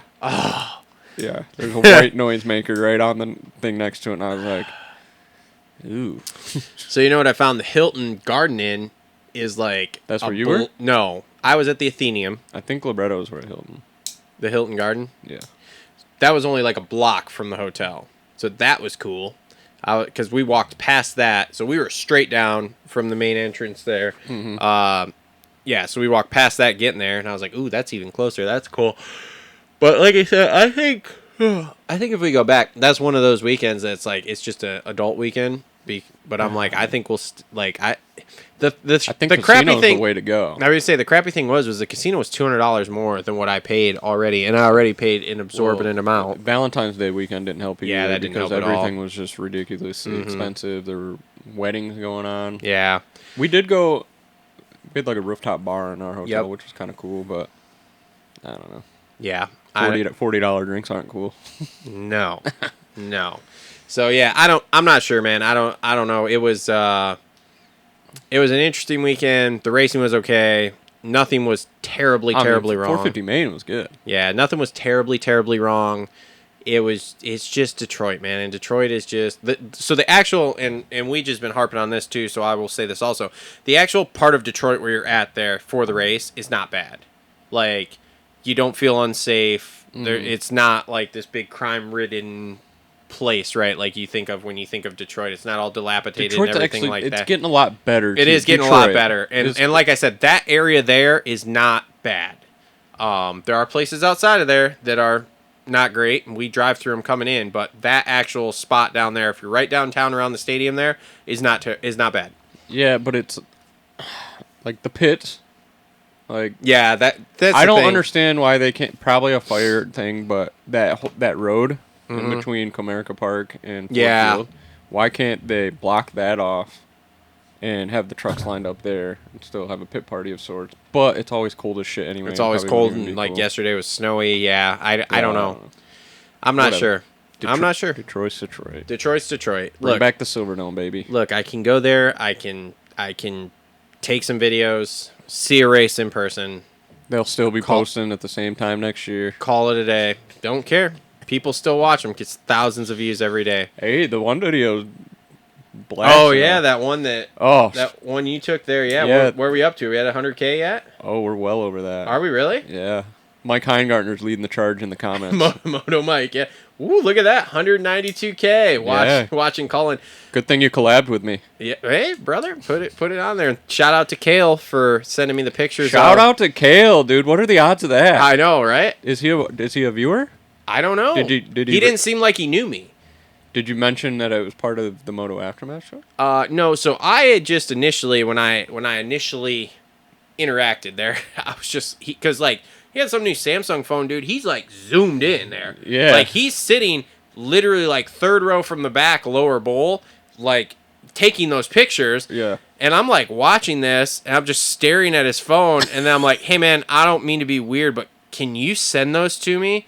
And he was like, "Yeah, sure, no problem." And then Ashley pipes in, and she's like, "Well, he has a podcast, so like whatever." I was like, "Yeah, man, and we'll tag you like X, Twitter, everything like. So just send me your tags." And he was like, "Okay." And then like we sat there for a while, and I was like, Is he gonna? "I wonder if he's gonna send them to me," because like he didn't say anything, right? And Ashley's like, "Well, he kind of looked back here, so maybe just ask him again." And I was like, "All right," but now I'm feeling awkward, right? Because now I'm just like that weird guy that's like, "Yo, dude, send me those over." Well, small world, and we'll get. Yeah, into it in a and then I like leaned in again. I was like, "Hey man, do you mind sending those to me?" And he was like, "Oh yeah, no problem. You got like an iPhone or whatever?" And I was like, "No, I got an iPhone. I can tell you got Samsung." I was like, "You can just text them to me. Like I'll just give you my number. It's fine."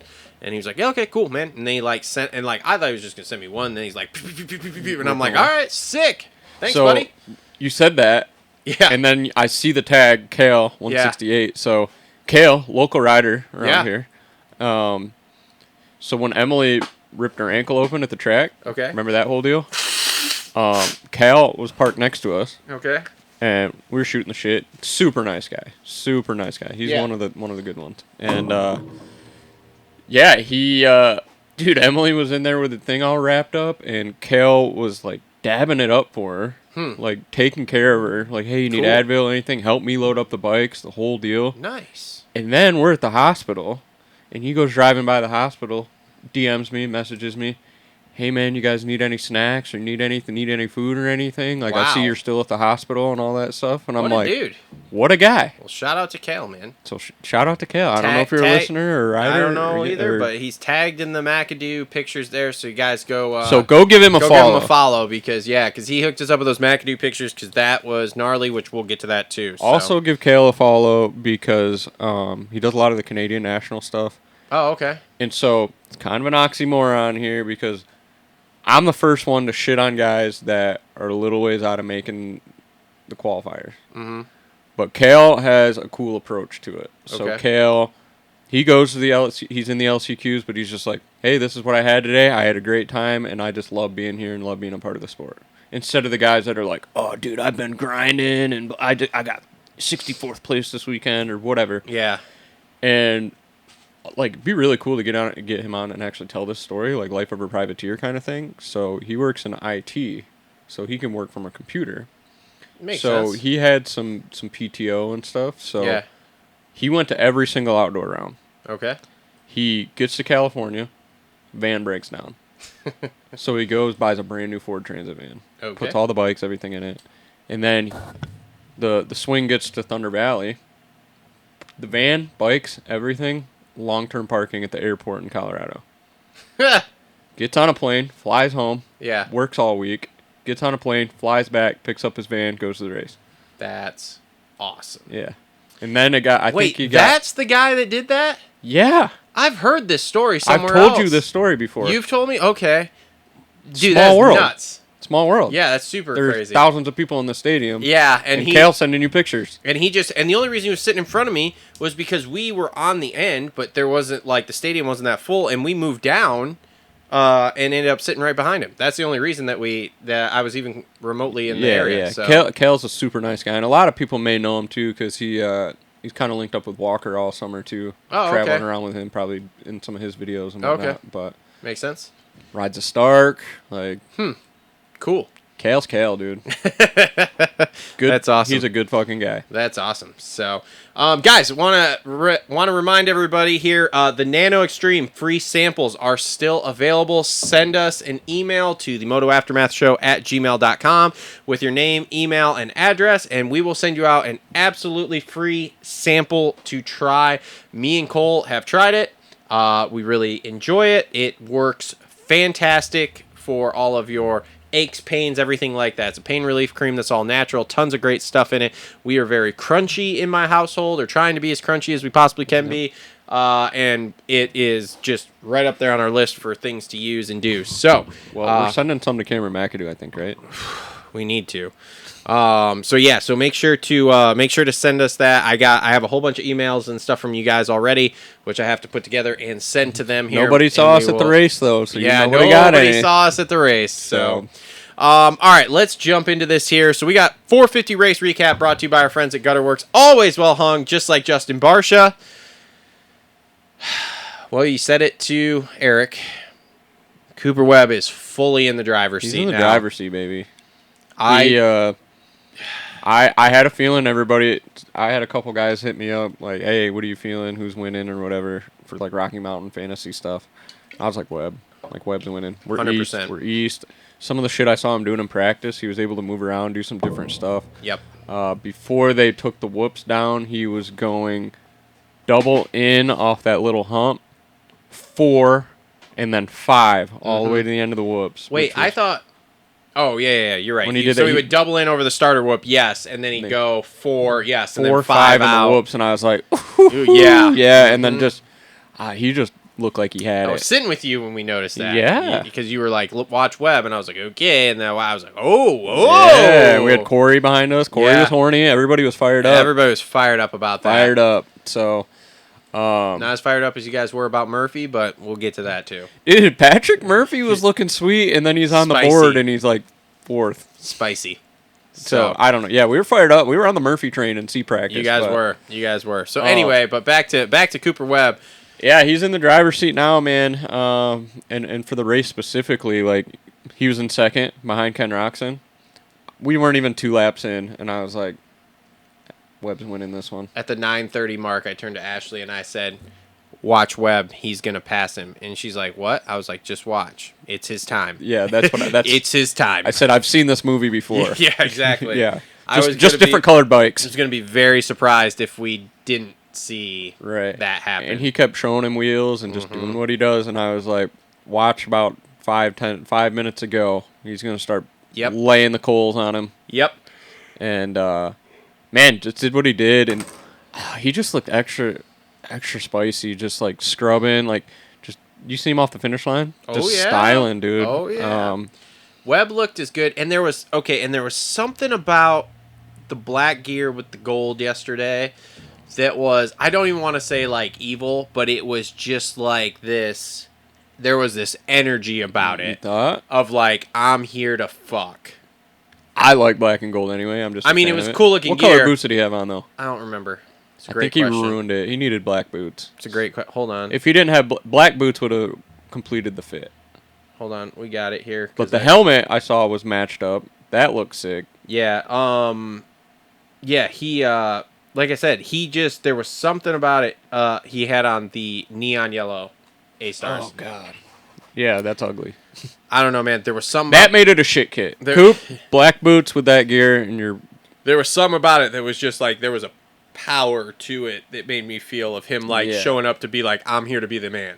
And man, the most impressive thing to me was just like his whoop speed. Yeah. Everybody's kind of shitting on him for going through the whoops, and he was skimming. You know, I saw him jump him. He went 4-5, jumped him like big dogged. And then he skimmed the shit out of him. And I was like, and at first I was like the Christian Craig whoop school. But you know who was pretty damn good in the whoops? Who? Phil Nicoletti. That's true, and too. He might have went to the Phil whoop school. I don't think so he went to the Phil whoop I'm gonna school. give Phil the credit. All right, give Phil the credit. But the other thing that I really noticed too, that kind of set him apart, he's really good about like skimming the whoops, and then if it breaks down and it's hard and edgy, he'll just drop the throttle and then just start jumping. Yep. Like just skim, and if that whoop looks like it's gonna kick you, I'll just drop the throttle and just triple out of here. Yep. Like so good at just manipulating the whoops. I don't know, man. And I told somebody else this too. Like he's just spooling up because whatever happened in the off season or whatever bought him some time. Yeah. And what was said on the Pulp Review show last week of like Webb's got to be rubbing his hands together because he's in second and he hasn't even won a damn race. And now he's won a race and he's tied for points. He's going with a red plate to Dallas next week. And Chase, he's got to clean up these small mistakes because Webb ain't gonna make those. Nope. Webb is locked in this year. This is a Cooper Webb season here.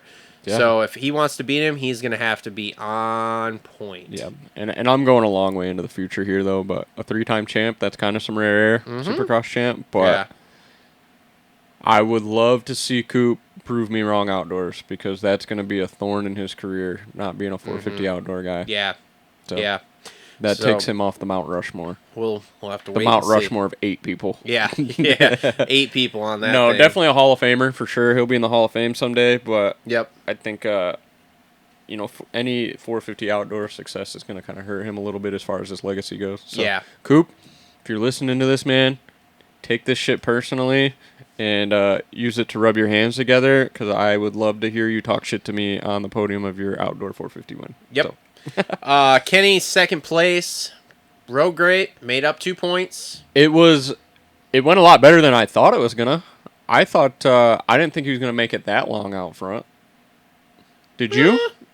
Ken's pretty locked in this year, too. It's impressive. I was listening to some more of the Gypsy Pod the other day. Mm-hmm. He's pretty locked in. To a little bit. He's pretty locked in, man.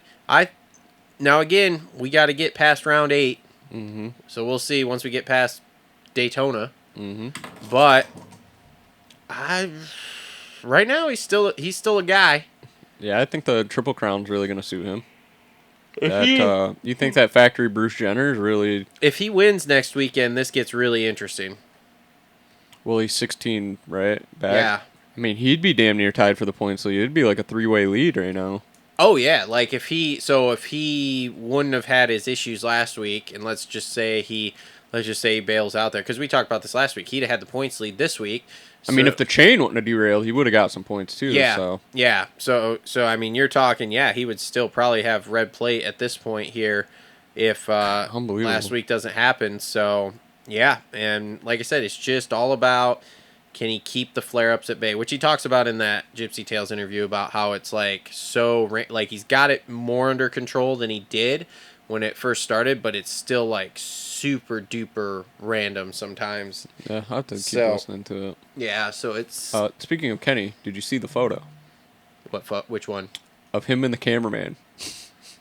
No. He went and met up with the cameraman or something on press day, and they took a photo together. That's awesome. So I truly think he felt bad because I think he did too. Because you went like every single time that video was posted, he commented on it. And I don't know, maybe it was his wife commenting for him, but he was really doing some damage control and still took the time out of his day to take a photo with the guy and all that deal. But if there's 1 million people that follow you, there's going to be people that see that, that are going to be like, you're a dick, and they're not going to understand or have any thought of the situational things that are going on of you just knocked yourself out of title contention in one foul swoop to be like, oh, hey, man, you all right? Like, at that point, you just didn't care.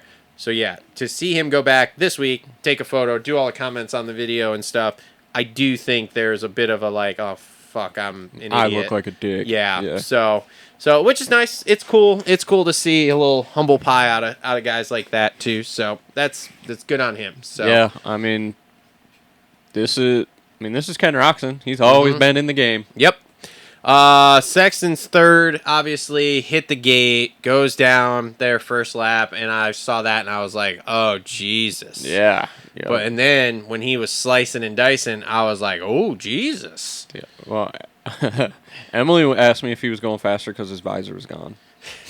I almost made that comment to Eric about, he had that weight reduction going on, and Anderson was pissed because he was allowed to have that weight reduction. Yeah, so. maybe that's what it was. But I didn't even notice that he went down a second time. Oh, yeah, I saw him picking the bike up. Yeah, I didn't notice see him that. go down, but I saw him picking the bike up, and I was like, oh, man, here we are, just imploding. Because I was watching those guys out front, like, going through the sand, like, because that got dicey. And then I looked back, and he was, like, even further back, and I was like, oh, he must have crashed again. Yep. So.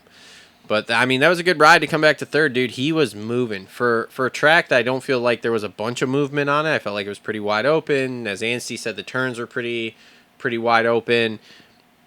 He was doing something, He was brother. rolling, dude. And I don't know what it was. He said they worked on the whoops. He looked good through the whoops, but then I heard, I hear Kev saying they flattened them out a little bit. I guess I didn't notice that. I didn't pay attention. I didn't really pay attention to that either, but... I mean, they were cupped out by the end of the main, just like they were in Tampa. Probably not as sketchy as Tampa, but... I really thought that track was going to be softer. I thought it was going to be more Indy-like. I told you that it gets hard in that Detroit. dirt, I guess, is hard, so... But, dude, ripping. Yep. But those small mistakes like that, you can't do that against Cooper Webb. No. Can't do it. So... If he wants a title shot here, he's going to have to clean that up. 100%. And he has to rebound here this weekend. Like, he cannot get third or worse this weekend here at this Triple Crown. He's going to have to be on point and be first or second because Webb's going to be there. Well, without the depth now, though, yeah, like there's no way he shouldn't be top 3 every time. That's what I'm saying. Yeah, but again, like Tampa, Mookie caught him. Mm-hmm. He got stressed out instead of just taking a second. Yep. So we'll see if he can mature from that. We'll see. Those are the questions I need answered. Yep. Speaking of Mookie, 4th place. Kind of backed it up. I mean, say okay, but there this wasn't kind of this was kind of who he is. Yeah, there wasn't a whole lot of flash yesterday where I was like, oh, look at Mookie. It was just kind of like he was there, just one of the guys. Well, every time Mookie comes to Detroit, he's always like, it's cold out here. So, I think the weather had an effect on Mookie. Probably. We need to get back to Florida. Well, we're going to Dallas next week, so. Yeah, he's going to win Daytona. He's going to win Daytona. Yeah. Wouldn't it be ironic if he wins both Florida races? That would be cool, though. That would be super cool. That'd be super cool. Daytona, all of them. Oh, one last thing about Mookie. Yeah. Some of the OG fans will like this, but just watching that heat race of him, just scrubbing the finish line, sticking his leg out and landing with his leg out. Mm-hmm. I thought I saw his brother for a second. I thought I was watching James, because James used to do that flashy shit. Yep. Like, just go scrub it out, stick the leg out, land with the leg out. Very Stu-esque. Stu-esque. Yes. Loved it. Justin Cooper, 5th. Whoops for jumpers. He was skimming it. I think Bobby had a conversation with him. Maybe. He was skimming I think a little Bobby bit. called him before the night show, too, to tell him that, well, we don't We'll really get expect to you to that. skim. We'll We don't get to expect you to that. skim whoops. We'll get to that, because Mac kind of looks like an idiot. We'll get to it. We'll get to it, because I watched some interviews now, Yes, so Max there's some looks more. dumb. Max looks dumb. But yeah, that's okay. Is he really flying private to every one of these races? Who? Justin Cooper.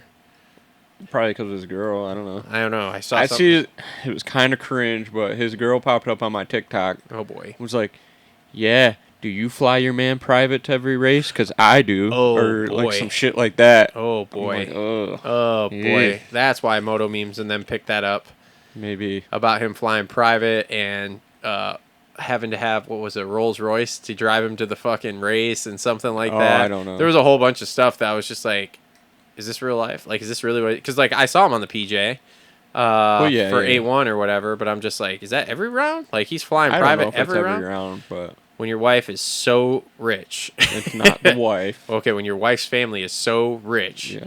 that they just fly you guys private because. More power to him. Whatever. I mean, I don't care. I'm That's not hating awesome. on it. I think it's great. But the bragging I wanna be- TikTok is a little cringe. I want to be friends with him and like fly with him. I want a 191 jersey from his rookie debut. That's what I fucking want.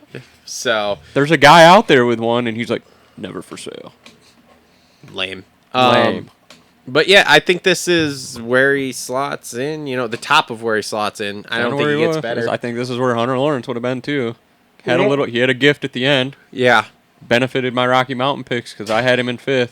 Okay. I had Stewart in 4th. I had a good week. Ooh, look at you. Look at you. Had the winner too. Ooh, look at you. Oof. Oof. Oof. Solid. Vegas 69ers making his way through the ranks. There you go. Ando 6th. I don't know, man. That was. This is your guy. I mean, he would have been a distant 4th place guy. Yeah. But the heat race. Yeah. and he had nothing for him. No. Heat race, Super he was sick. We were talking rolling. about who can double through the sand. Yeah. First or second lap, Anderson through the sand, goes over that first hump, leg out, doubled in the sand, landed. Like leg out as he was turning, doubled. Interesting. It was sick. Then I had the phone out trying to get him to do it again. He didn't do it again because the line got blown out. But, Yeah. man, yeah, heat race. Like, hey, there's Jason Anderson. There he is. Yep. And then main event comes around. I was like, Jason Anderson, going to get a podium again. Here we are. And then, yeah, I don't know what happened on the.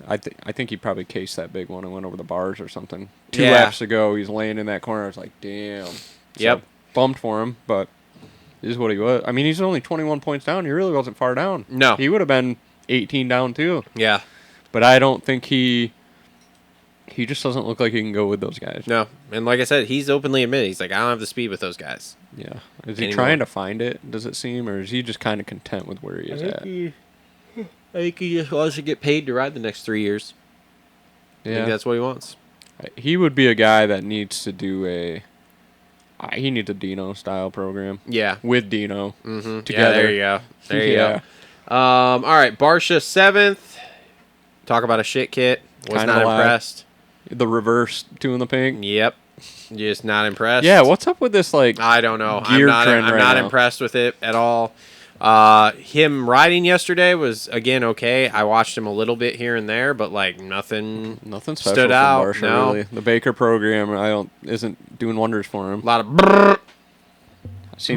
I've seen some tuck in the front in the sand. Okay. Did see him go down there.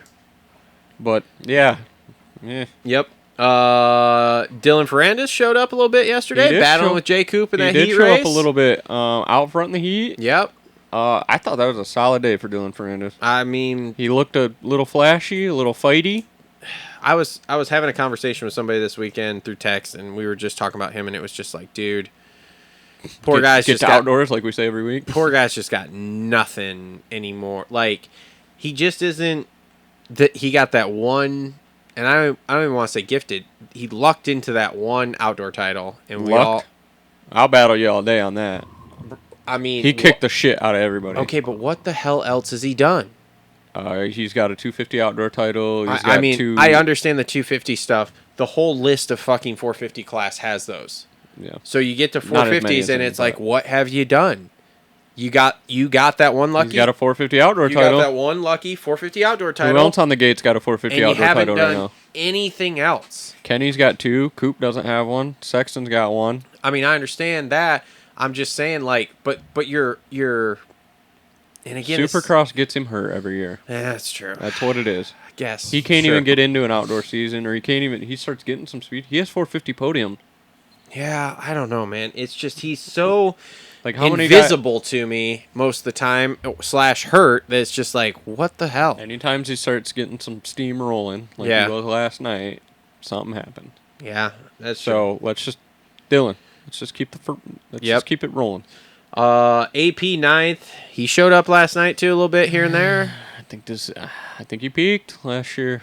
Probably. I love the guy, but That was He probably did what we're gonna see. Yep. he did the Alessi fade. Yeah. Yes, he did. Especially in the Good heat start. Race. Good start. Heat Then, race yeah. ate him up too. Yeah. So Is he probably a- because he's wearing ugly Thor gear. is he an That's what it Epstein victim? is. You think he's Epstein? I don't know. I don't know. I'm trying to find an explanation for what's going on. The first four rounds I think were bad luck, but then you look at last week and this week, and it's just kind of like. You think it's that? You think it's that KTM burnout we talked about when he first signed there? Maybe, I don't know. It's not. It's I don't know. It's weird that you are where you are last year, and then this year you just got nothing. Well, I think some of it too is Jade Dungy's not his guy anymore. Yeah, that's true too. Jade kept him loose. Yeah. AP's a guy you got to keep loose. Like, Jade's a guy that's going to joke around, keep him laughing, keep the mood.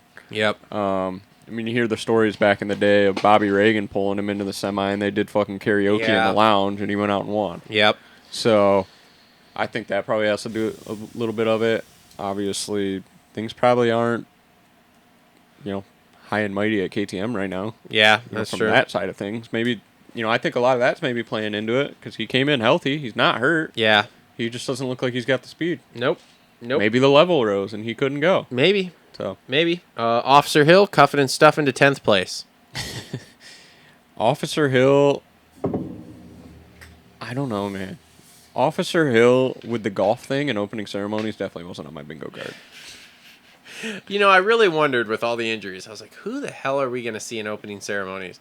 And then you just see Hill with this golf bag for the golf simulator they have in the pits, and I'm just like, but tell me you filmed this last week without telling me you filmed this last week. Well, I was just looking,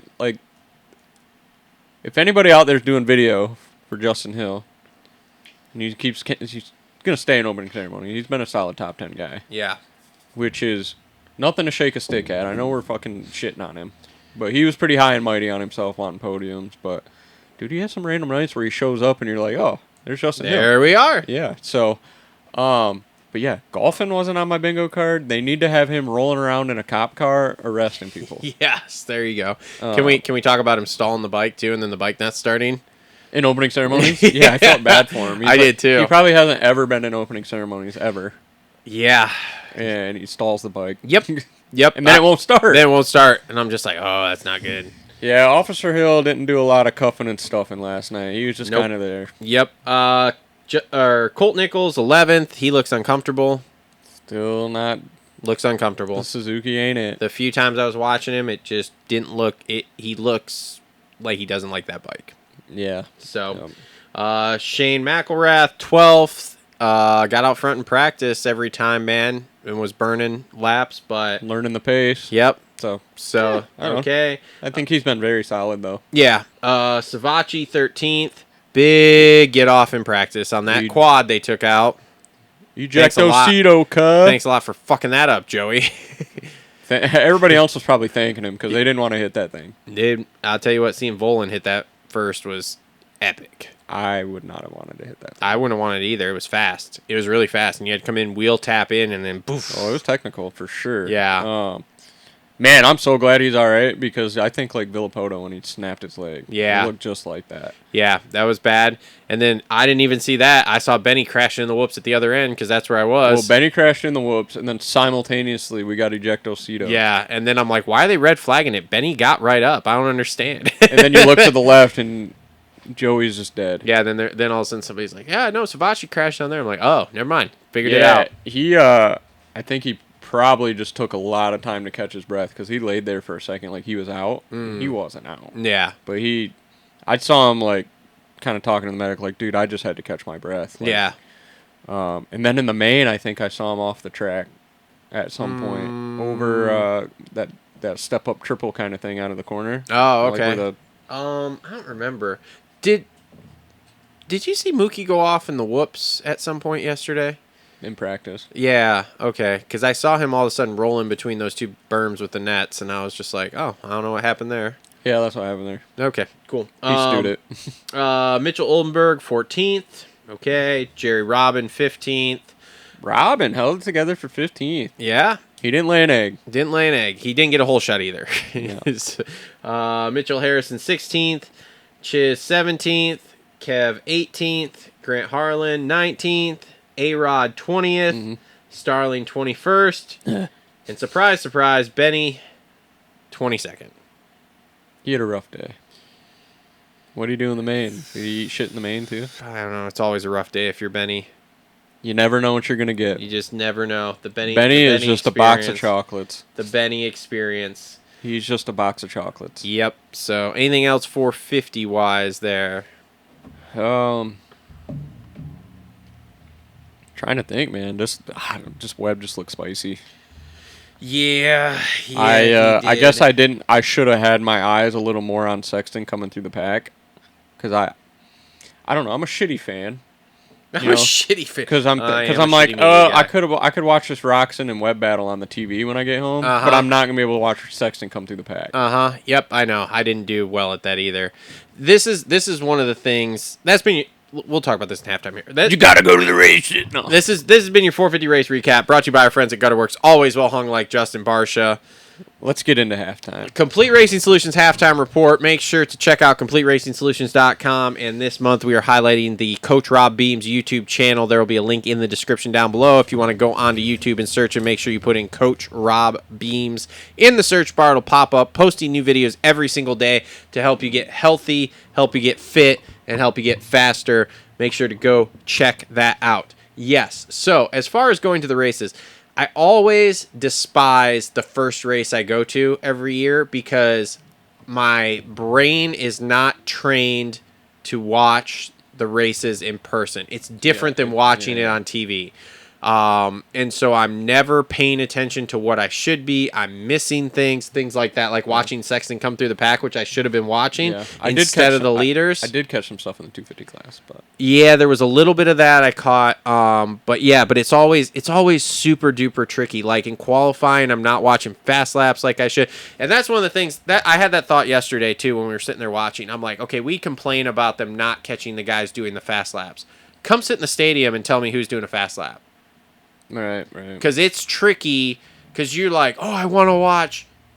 Insert rider name. It's a little different though if you're higher up. Yeah, we're sitting. I guess. And again, once you get a little bit into it, like once you get a couple of races into it, then your brain works better. But like I said, I notice this every single year. The first Supercross I go to, my brain cannot comprehend everything that's happening in front of me and organize it properly. So I am constantly like, I end up watching like the entrance to the stand section. I watch a dude go through and a dude go through and a dude go through and a dude go, and I'm not watching anything else. And I'm just like, then I get through that qualifying. And I'm like, oh crap, I didn't watch anything, but these guys literally pound into the sand. Yeah. But I think that's just we're sitting front row. Yeah, like, I mean, you can't that's part see of anything it. else anyway. That's part of it. It's just like I said. When I go to Indy here in 3 weeks or whatever, my brain will work better. I'll be much more dialed on watching stuff. Here's my issue. If I go to any other ones, my brain will be much more dialed. You know when I was the most dialed? When we played Pulp MX Fantasy. That too. And that had me super dialed on other guys. That too. Yep. That put my eyes on other guys for sure. Because to be honest, I didn't really give two shits about any other thing other than A practice yesterday. I mean, if Pulp MX Fantasy was around, I probably would have picked Patrick Murphy. We were glazing him, dude. You guys really were. You guys were high on the Murphy train. He was ripping. Yeah. And then you look up at the board and he's third. Dude, yeah, it was okay. I don't know. Anyway, Tyloob Honda's got a little. They're low key a solid team. Tyloob Honda. Yeah, they got some low key good guys. They were all sitting next to me watching the main last night. No, they weren't. Yes, they were. Collip was in the main, and so was Ryder Floyd. Okay, well the rest of the team, the rest of the team was sitting there next to me watching the mains last night. Oh, okay, whatever. In their Tyloob jackets. No, maybe they were just part of the team. Pretty sure it was Riders. Okay, whatever. Maybe it was Patrick Murphy. And if anybody's watching this who was at Dunkin' Donuts, because there was like a couple of riders, must have been privateer guys, at Dunkin' in Saturday morning when I was there. Shout out to you. What's up? Hey. I didn't talk to him or anything. Introduce yourself like Julian Beaumaire did to Gypsy. I mean, I don't know. I have a hard time doing that. One dude literally had starting blocks with him. In Dunkin' Donuts. I like look over. I'm like, oh, there's starting blocks. You should have took a picture of him. So that's creepy. But anyway, yes, I would not do that. I'm not that guy. I know you would have. You're that weirdo. All right, let's halftime report here. Hurlings has an ACL injury. I really want Justin to be here for this to talk to him about his Hurlings guy. Hurlings, man. I saw a picture of him in Prado, and he was looking old. You see that gray hair on that boy? Struggle bus. See the gray hair on that man? No, I did not. He needs some Just for Men. Bad. Yeah, I was really hoping this was going to be much more talked about here because Justin was going to be here to tell me how, oh, it'll be fine, whatever. Here we go with Jeffrey Hurling's coming in hurt, and I don't know. Missing the first round. This is who he is. Insert it. Yep. Coming back to the end hot and like, oh, if I wouldn't have been hurt coming in, I would have won the title. Yep. And here we are. Same old, same old. Do Do you want to read Justin's text? Oh, I can do that. Justin sent us a text. A long text. I said I was gonna read it. I didn't even read it. So. Oh man, I forgot. Oh man. Okay. So this is a new segment just for today. It's the Rev Nano, X. It's the Rev X text. No. The Nano XTREME Justin thought bubble. No. Something. It's Nano XTREME's Painful Thoughts by Justin. All right. So Justin's text. Justin's Painful Thoughts by Nano XTREME. But yes, there we go. Going to try to make the show today, gentlemen, but I've been working since this morning. If I don't make it, I'll definitely be back for the Arlington show. Couple notes that I have if I don't make it. He didn't make it. He did make it. Just spoiler alert. He didn't make it. Kitchen did what he had to do, but is still off, air quotes, the pace. Max should have won, but it's also on him after the restart, knowing Kitchen was going to be fresh after be in no man's land. The English is great here. Be in no man's land riding around the entire main. RJ was RJ. Tom is doing damage control, but is not going to win a race if he does not push into the red a little more and stop being conservative. Hymus, I think, can battle for podiums deeper into the series. And as for McAdoo, I think he not only needs a change of teams, but maybe needs to take a step back and go where he isn't putting as much pressure on himself. Maybe dip down and do arena cross and then go to Canada in the summer.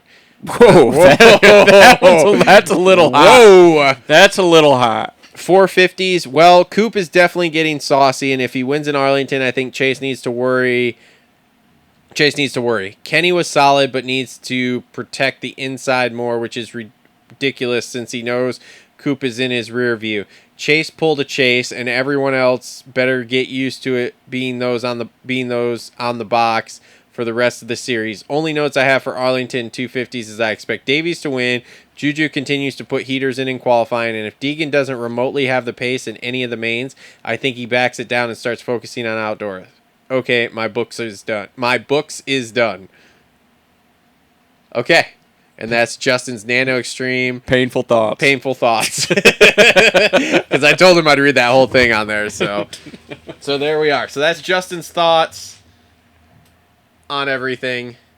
The arena cross thing was hot. The McAdoo takes a hot take. That was hot. I mean, let's put him Talk about a Nano XTREME painful thought. Let's put him painful take there. Let's put McAdoo on a Phoenix Honda or something like that. I mean, Star would take him probably, but he's got something's wrong.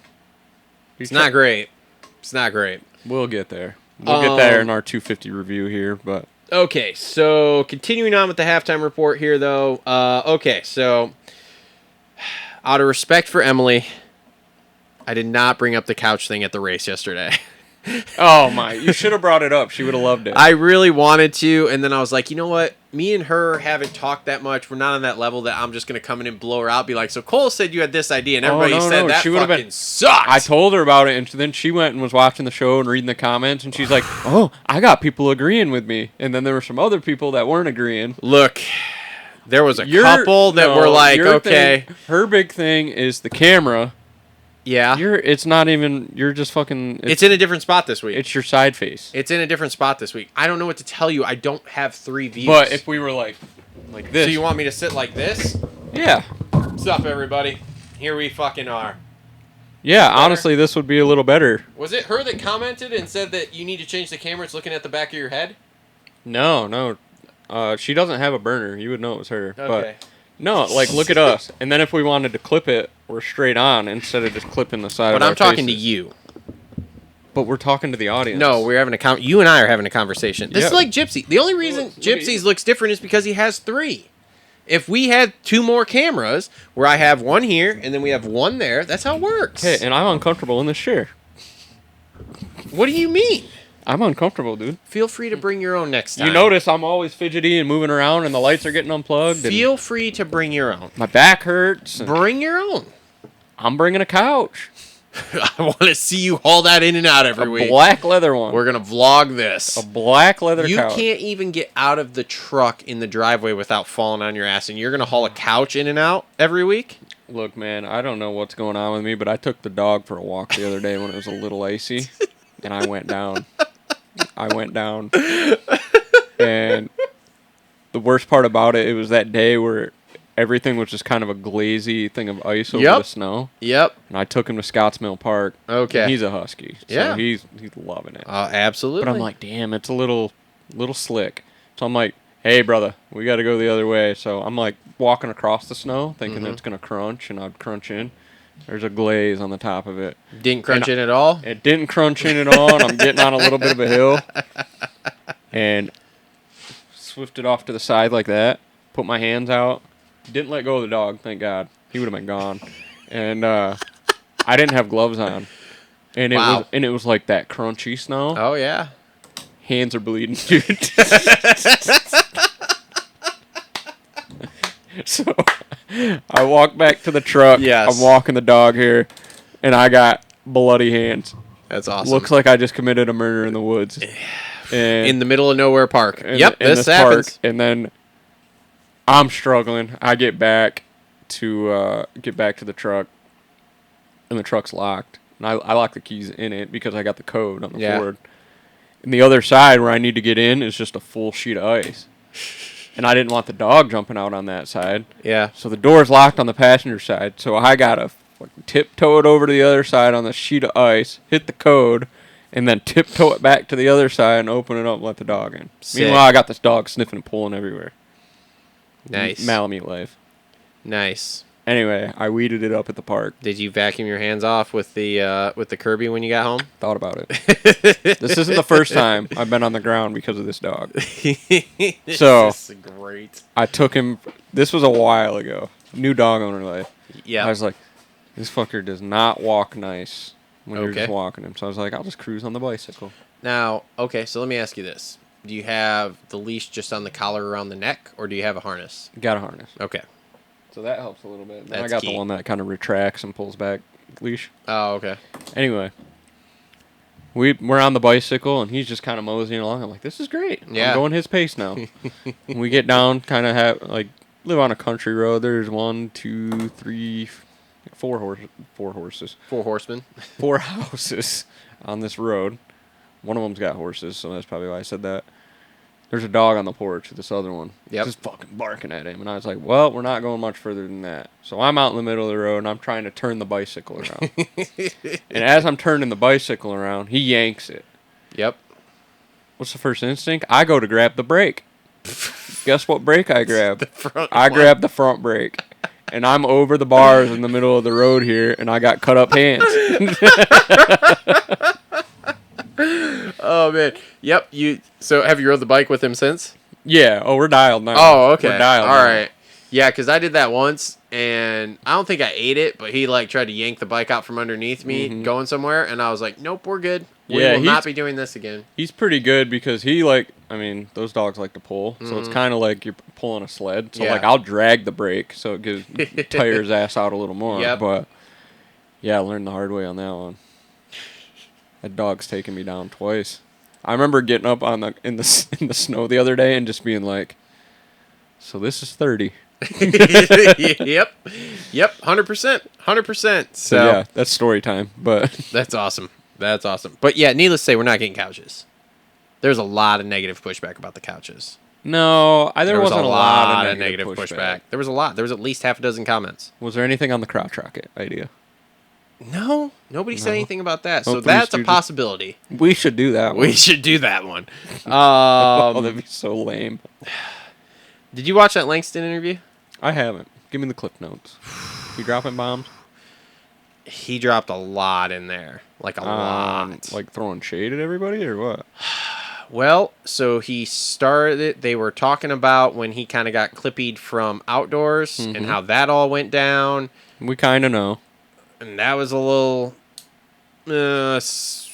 sus in a lot of ways, and not sus on his part, just the way it all went down was sus.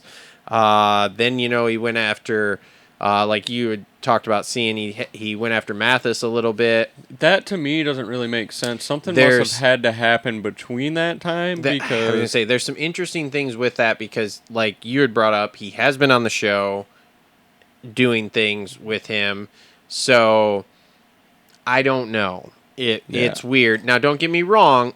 The Mathis suing Yamaha thing, I've heard that before. That is 100% a true life thing. Well, you hear stories about Mathis and how he sounded like a hack of a mechanic, really. It does, yeah.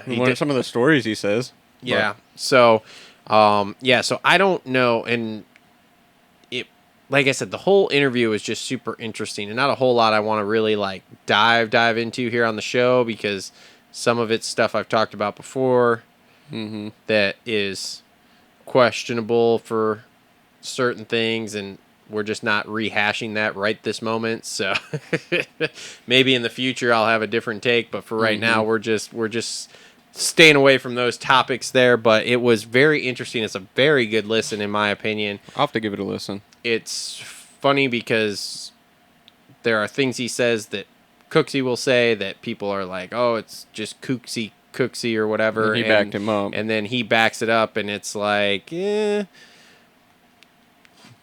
things. So interesting. So that was interesting. I'm over here Googling Steve Mathis sues Yamaha. See if the court docs pop up. I don't think there is a lot. I think Cooksey say he tried to find stuff, but you can't find it about that, which is if anybody tried to find it, he would have been able to. So all right. Let's get into the last thing here for this, the Holster Reload rant. I got one, brother. Go for it. Lock and load it. Bang, bang. So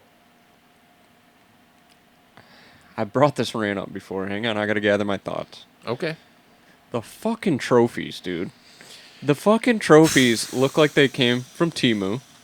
You look at Ken Roxon's house or any of the successful riders, they aren't displaying their Supercross trophies. They've got their outdoor trophies where they got a cool guitar, or they got a cool American flag from Redbud made out of wood, or they got at Bud's Creek like a jet flying or something like that. Like cool trophies that you worked your ass off for, and you can display them proudly. Supercross, Cooper Webb wins his first main of the year last night, and he gets a trophy that everybody has gotten all year, and they gave him the one that says 250 West Arlington on it already. Are you serious? I'm serious. That's a joke. They gave him the wrong one. That's a joke, right? Not even joking. Cooper Webb posted it on his socials.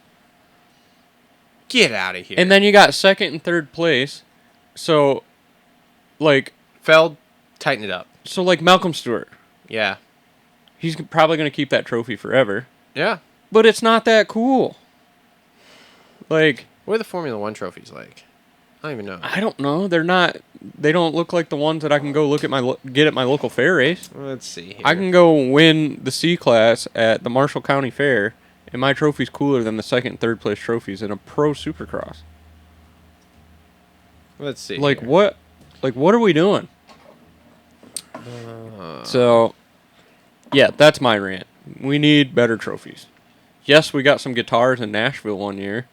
The That F1 was cool. trophies don't even all look the same. The Formula 1 ones are probably different.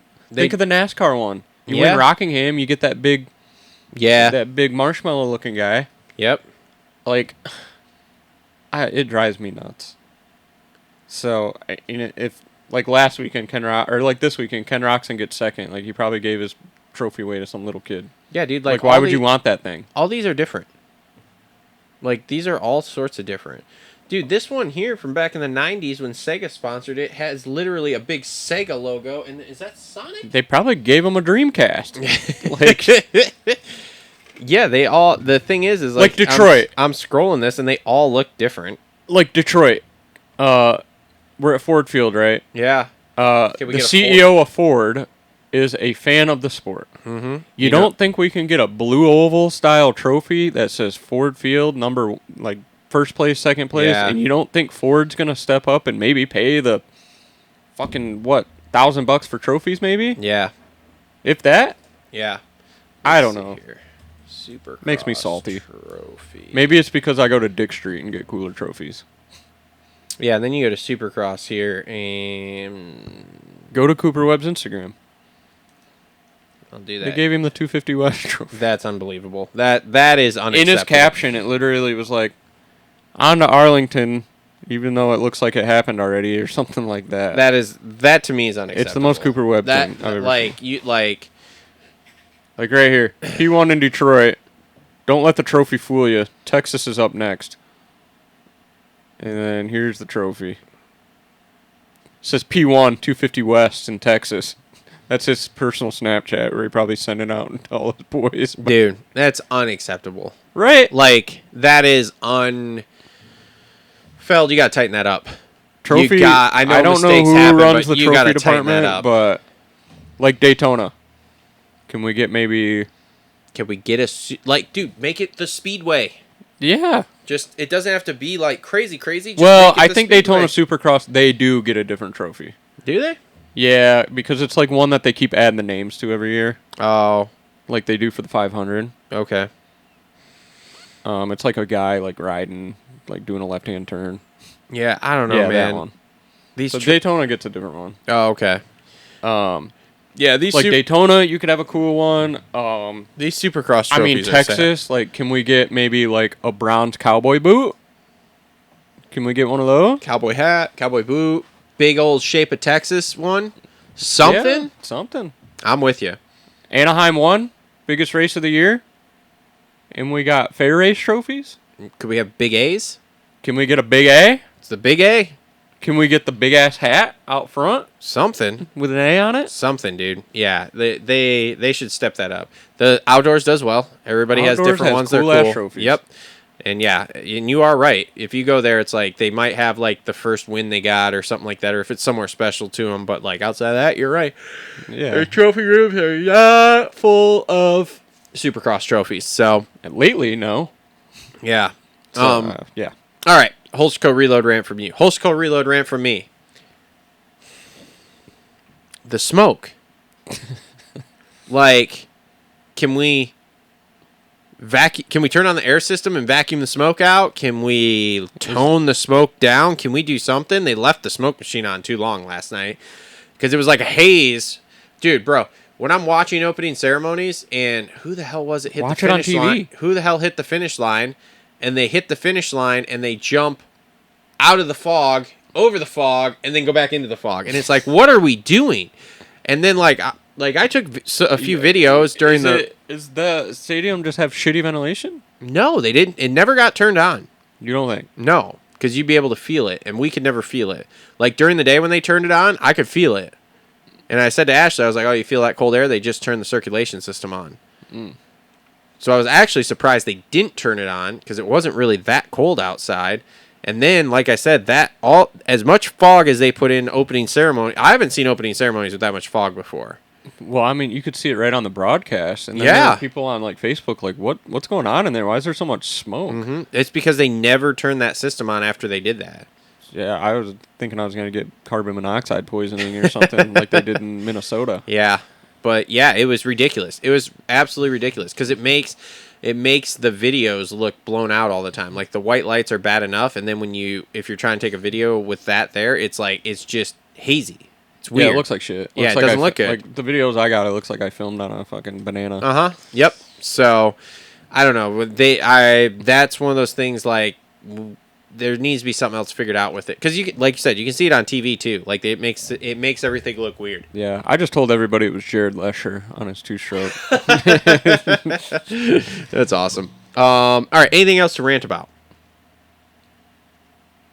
The fucking knuckle draggers on this post of Colin Park and Austin. Oh boy. Okay, here Have we you go. been reading through any of the comments on that? No. There's too many. I'm out So- on that. Moto Mike. Love Mike. He's a pot stirrer. That's great. But anyway, why is the go-to on Moto people comments like, "Well, you're not fucking out there. You'll never be out there." Like, Fucking, why is that your go-to? We talked about this last I could time. be out there in 450C practice. You probably could be. I'm Mike probably- Heingartner signed up in Indy like 4 years ago. Oh, man. Okay, here we go. Let me hold on before I fucking forget this. Let me rant about that, go too. ahead. We don't need C practice. No, we don't need it. If you're outside of B group, we're out. I should not have to sit there and watch 450C guys roll around that track like I do. It's unreal.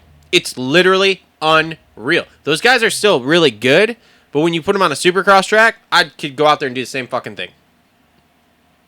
I disagree with you on that, but Okay, fine. Give me 2 months. I'll go the same lap they do. I disagree with you on that as well. None of them blitz the whoops. Neither of us are blitzing a set of whoops. I promise you that. Maybe I could. I'm gonna go out on a limb and say no. Now I'm building a set of whoops this summer. I hope. I'm building the set. We're starting with 3. Okay, and I'm not paying for your trip to U of M. It's fine. I got health insurance. No big So, deal.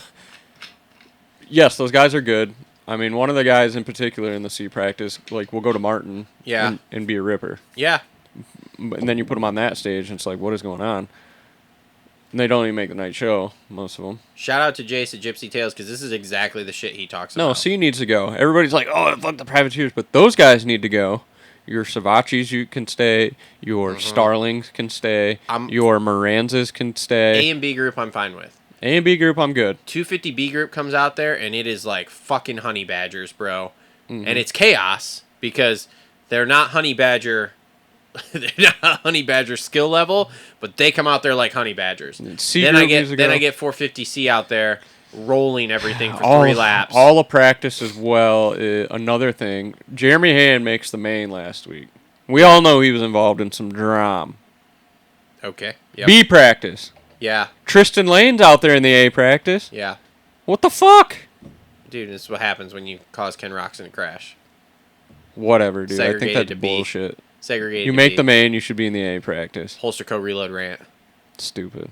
Anyway, back to your original C thing. practice I think can go. Yeah. And I don't even know where I was going with that before you come You were in. talking about Moto Mike commenting. and The fucking the knuckle Colin dragon Park, yes. mouth breather comment. Yes. So, I haven't really been posting a lot of social media stuff lately about like the sport in general, and I have lately. So I've been seeing Yes. more comments. 'Cause Yes. I read them all. Dude, everybody on there is like, "Oh, what the fuck's Fortner crying for?" First off, I don't know what race you were watching, but Park rolled up on him, and then everybody's like, "Oh, he just needs to fucking hang it up. He's in the LCQ." I'm like, you fucking idiots! You even watched the race. He had bad luck in the heat race, Yeah. and had to go to the LCQ. Yep. And then got 7th in the main. Yep. Like, what more can you ask for? Yep. Third, the guy just had fucking brain surgery. Like, Let's tone her down here. I mean, maybe you can have brain surgery and then go swing your hammer at the fucking construction place on Monday that you work at. Yep. No disrespect to blue collar people. No. I appreciate those people. Yes. I am But one. you're not a fucking professional athlete. Nope. Not at all. And you're telling this guy to retire, and you're telling this guy that he's washed up, and you're telling him that he fucking sucks. And then in the same breath turn around and be like, go after Moto Mike Yeah. and be like, well, you're never going to be out there. It's easy to say that from the couch. Well, fucking same thing. It's easy to say Fortner should hang it up from the fucking couch. Yep. Fucking idiots, dude. The, I don't know. I think moto fans have all crashed and hit their heads too many the times. internet's a wild place. It's an absolutely wild place.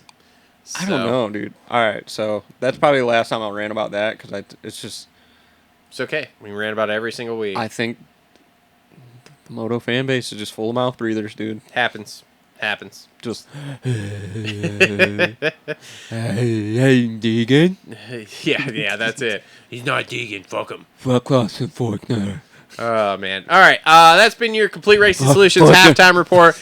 Brought to you by Complete Racing Solutions. Make sure to go check out the Coach Rob Beams YouTube channel. Links are going to be in the description down below. Again, don't forget to get your free sample of Nano Extreme. Send us an email with your name and address, and we will get you guys out a free sample. And again, want to thank Rev X Products and Rev X Max Power in particular for helping present the show here and making it possible to keep the light on that they keep turning off on that side of the table. What's up in the chat? We got anybody saying what's up? No, David chatted a little bit in the beginning. We got a couple people still watching. David's probably still in there. So yeah, no, nothing crazy happening in the chat. Well, All right. what's up, y'all? Yep. Members, thank you. If you guys want to watch the show be recorded live, join the members area here on YouTube, and you can watch the show get recorded live on every Sunday and occasional Mondays. So, all right, let's jump into this 250 race recap brought to you by our friends at Flo Racing. KTM 65s, KTM 50s, PW 50s, KTM 85s, 125s. They have all your parts, all your inside info you need for those, so make sure you go check them out, proflowracing.com, and we thank them for being on board here again this year. All right, the most controversial win so far this year, Levi Kitchen gets her done after a rough week last week of me going, ooh, what's happening here? He definitely looked better yesterday, although I got to say, free practice, I watched him and I was like, oh. In the main, I made the Epstein list comment because it looked like he just dropped, didn't have anything. But yeah, I almost think maybe he was just settling in as well. I think that so. I look it back. But, yeah. Controversial win. Levi did come out and say, hey, that's not how I want to win it. But, yeah, well, man, I'm on the side of fence where it's like, that was the situation, and you capitalized on the situation. Yeah, it was. Look, rules are rules. That's the way it is, whatever. We can all say it's dumb until they change the rules. Like, it is what it is here. It was funny to watch that interview, though. He was very confused on the podium as to how to act because he was, like, excited that he won, but then he was kind of like, Max had me, like I didn't have anything for him, so like that was I got weird. him for 3 laps, yeah. boy. So yeah, I mean, look, green white checkers are always exciting in NASCAR. It was kind of exciting in Moto. It was, and a great bounce back to. Can you imagine if they did this every race? A green white checker? Yeah, kind of down. I mean, it would be cool to like line them up staggered there for a 3-lap race off. I don't know. Change up the format a little bit. Stop them at 10 minutes to go. Have a little reset. I mean, NASCAR does it, don't they? Well, they got the stages and okay, stuff. Yeah, but I don't know. I mean, NASCAR, I don't like the stages because it takes pit strategy out, but we don't have to worry about that in our sport. No. So, I don't know. Interesting thing. It's weird. It's controversial. Max won that race, like, hands down. On speed and paper and everything? Yeah, Max Anstey won that race. In the record books, it doesn't say that, but yeah. Well, Max Anstey needs to go work on green-white checkers because he didn't have that speed in the green-white checker. The only thing that cost him was the sand section. He had him everywhere else. If he'd have gone inside on the sand, but of course, no one was around him. He was taking the outside. That was the only line he knew. And this is what he talked about the whole race. And he even asked the team, he said, hey, what's the deal with the sand? They're like, oh, no, your line's good. Your line's good. Obviously, it wasn't as good as that inside, which then it was talked about. I think Max talked about it, is that Kitchen was like, yeah, dude, I didn't really know with the inside, but it was going to be either I was going to win or crash, which obviously he won. So whatever. Oh, he sent it in the inside. Yeah, but yeah. He was those long old legs. 100%. He was like, yeah, you ride it Lomo? Look. Watch this, bitch. Here's what I'll say. It's better. It's way better than week 1, but I'm still holding out to see what happens here. I want to see him with a 6th place start and get on the podium still. Yeah, so, but he did get the win, so that's cool. Max 2nd, still maintaining the red plate, extended the points lead. He's still my guy. He's still my guy, too. You guys kind of shit on me, and I would still want to stand on record. Now, let me ask you this, though, because I heard this take this week. Is it that star bike, and then once he wins this title, and he ends up having to move off of a star bike, done? Does it not go as well? Because we've kind of seen this. What, when he goes to a 450, when he gets bumped out of the class? Yeah, so Craig wins on a star bike, then goes to Husky, doesn't do nothing. Craig didn't defend, though. He wanted to go. Yeah. I think Anstey's like, fuck it, I'm making good money on a 250F. Oh, yeah, he's down to stay as long as he can. I think he'd win a 250 title. I think he might be pretty damn competitive outdoors. Maybe. On that bike. And then defends. Yep. And then just goes off into the sunset. Ooh, you think so? Yeah. I don't know. I don't think he's ready to be done right. And everybody's going to fucking hate on him. Old guy, 250 career lifer. Guess what? 2 middle fingers. I got 2 titles. And he rode 450s, too.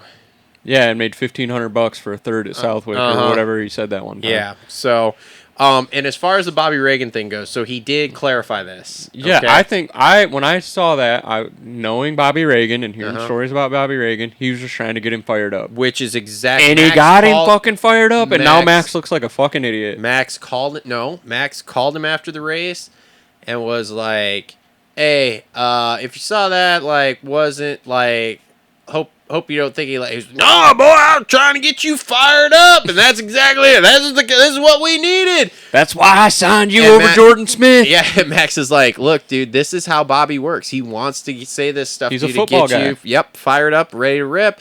He's like, and me and Bobby, we got a good working relationship. So he's like, I know how to handle him. He knows how to handle me. And here we are. I'm here for it. Take jabs at each other. It's great. It was funny. I mean, I thought it was hilarious. And of course, shout out to Lewis Phillips, who was interviewing him for this. He was like, look, I knew something would come out of your mouth on the podium. I just wasn't sure what, because I could tell how upset you were. He's like, and then when it was about your boss, he's like, you're still employed, right? So, which, I thought was hilarious. And I I'm think like, it's great. oof, I hope Bobby doesn't take that the wrong way. But nope. It got people talking. Oh, yeah. Better than all this other shit we get. 100%. So, I feel bad for him. Yep. Again, it was one line that kind of messed it up. He's still in the driver's seat, son. Yep. So, Because he might finally win Daytona. Because both guys on that podium with him were not on the podium last week. No. So, What were points? I didn't even see. I have no idea. Yeah, I know he's probably got a pretty decent gap still, even with a second. Yeah. RJ third. He was just kind of Yeah. Very RJ-ish ride there. Yeah, it wasn't very... Like, the end of last year, there were some rides RJ was like, oh my God, he's hauling. Last night, you look at him and he's just like, eh. But he's still building Yeah. from that injury. So. He was definitely struggling in the whoops. So I think he'll get better. Yeah, I think he'll get better too, but I think he's... I mean, the tough black thing took him out of the title pretty much already, in my opinion. Oh, yeah. He's not winning a title, so... Nope. All right. Vial fourth. No, put that away. Put it away. Just going to put it right here. You're putting... I'm just going to put it right here.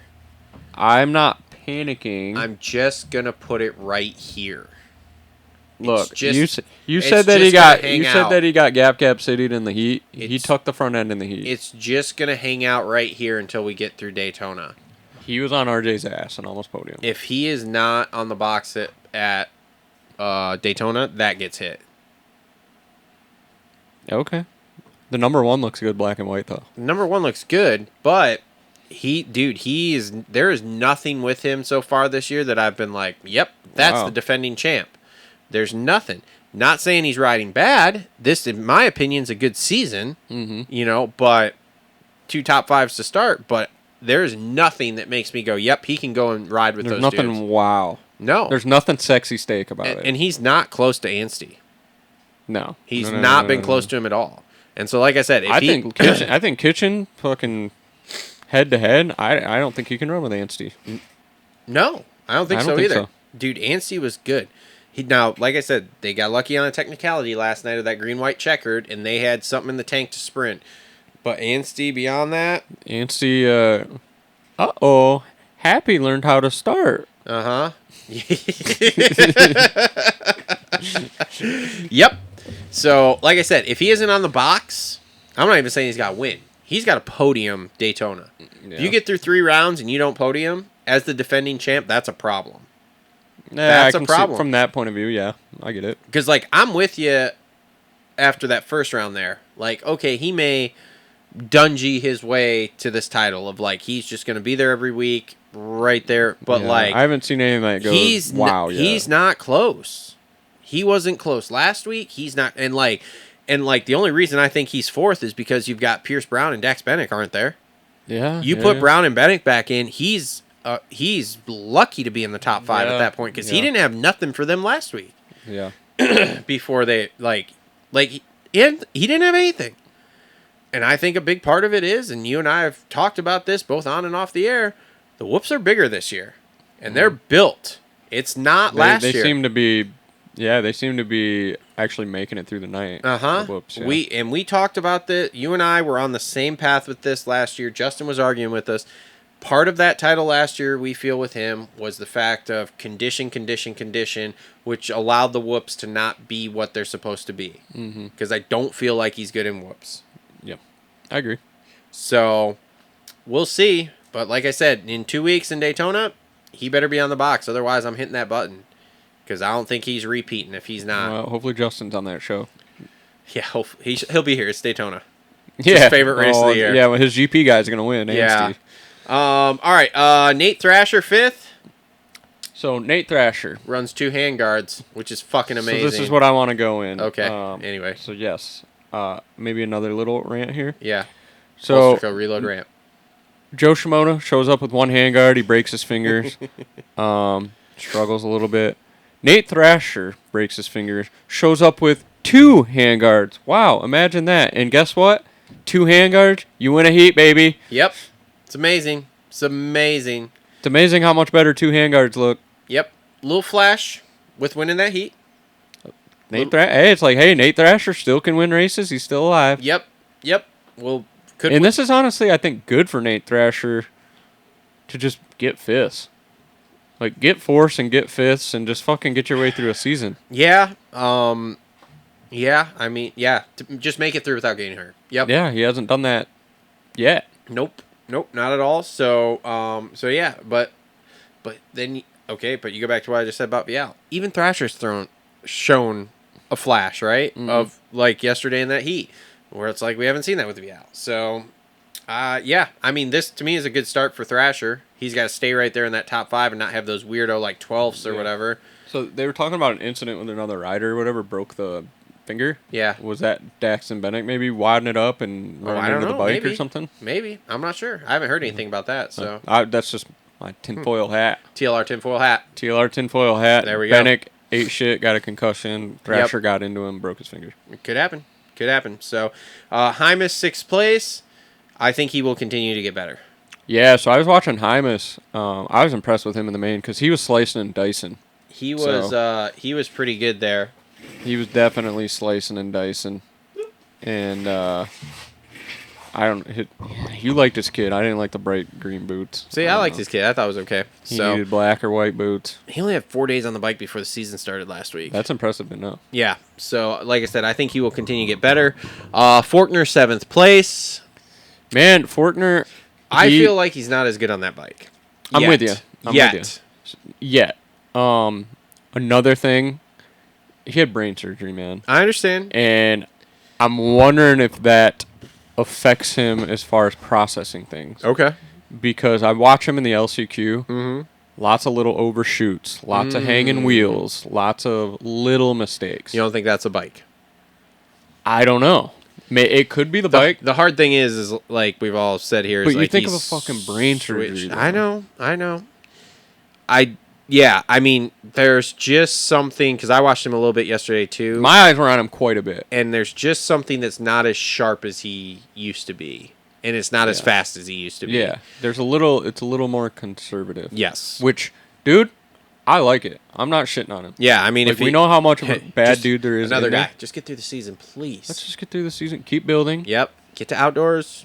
Ride outdoors. Beat. Yeah, he's 10, not stoked 10 on to 12th outdoors. place guy. He doesn't love outdoors. Nope. But, dude, I think this is great.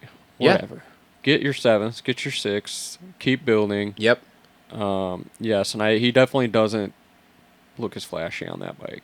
Or he doesn't look as comfortable on that bike. 100%. 100%. But I do want to talk about the Faulkner Park crime. Okay, go ahead. So I saw it with my own 2 eyes. Everybody's like, hey, you got it on video? And I said, yep, I got it on video up here.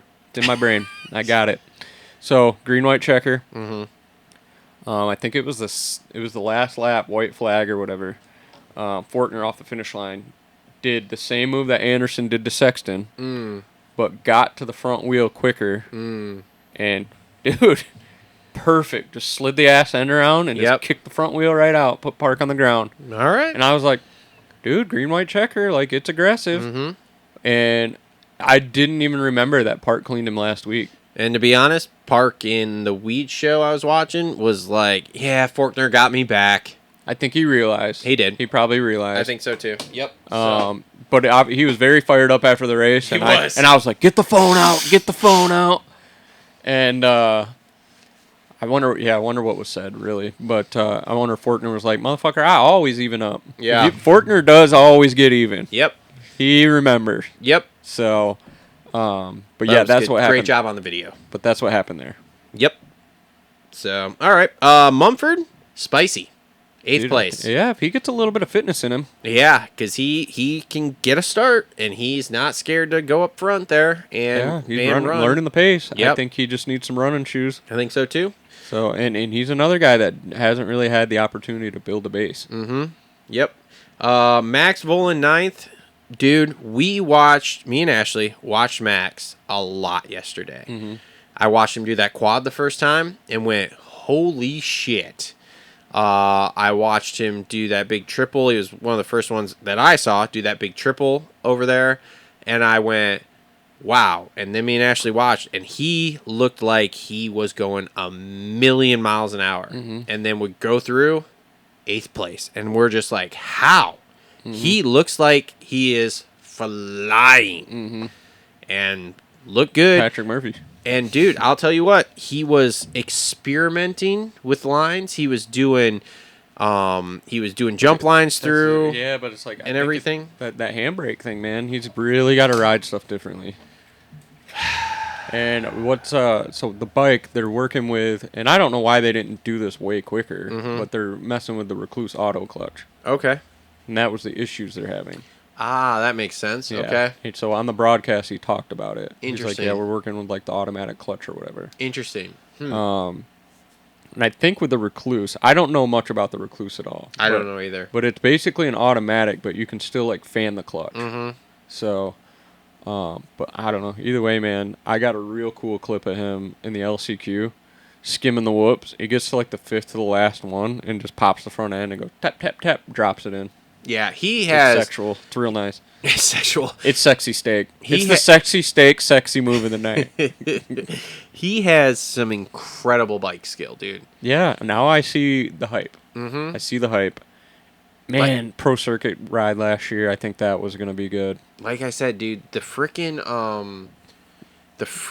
You shit on him a speed- lot when he first came on the KTM. Well, I just said they moved him up too early. I was very high on him and how they were doing it, but then they paid him a bunch of money to move him up early and fucked him into oblivion.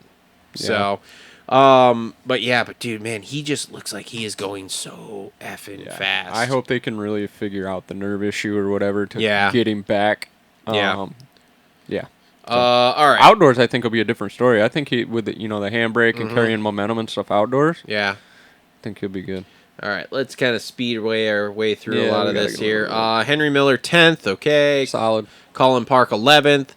Hardy Munoz had the full Hardy Munoz experience at 12th. He was down 4 times in free practice. My girlfriend was like, "Man, he is sketchy." I was like, "Dude, you don't even know it's Hardy, baby." And 11. then gets Partying. 12th in the main. Partying. There we are. Trevor Collip 13th. Hey, that's a Ty Lube Honda guy. So Yep. he wasn't in the stands there, brother. No. Gage Linville 14th. Heard he's Yeah. going to Triumph. Gage Linville. Mm-hmm. He's gonna get the shot. Fill in. Yeah, I heard so.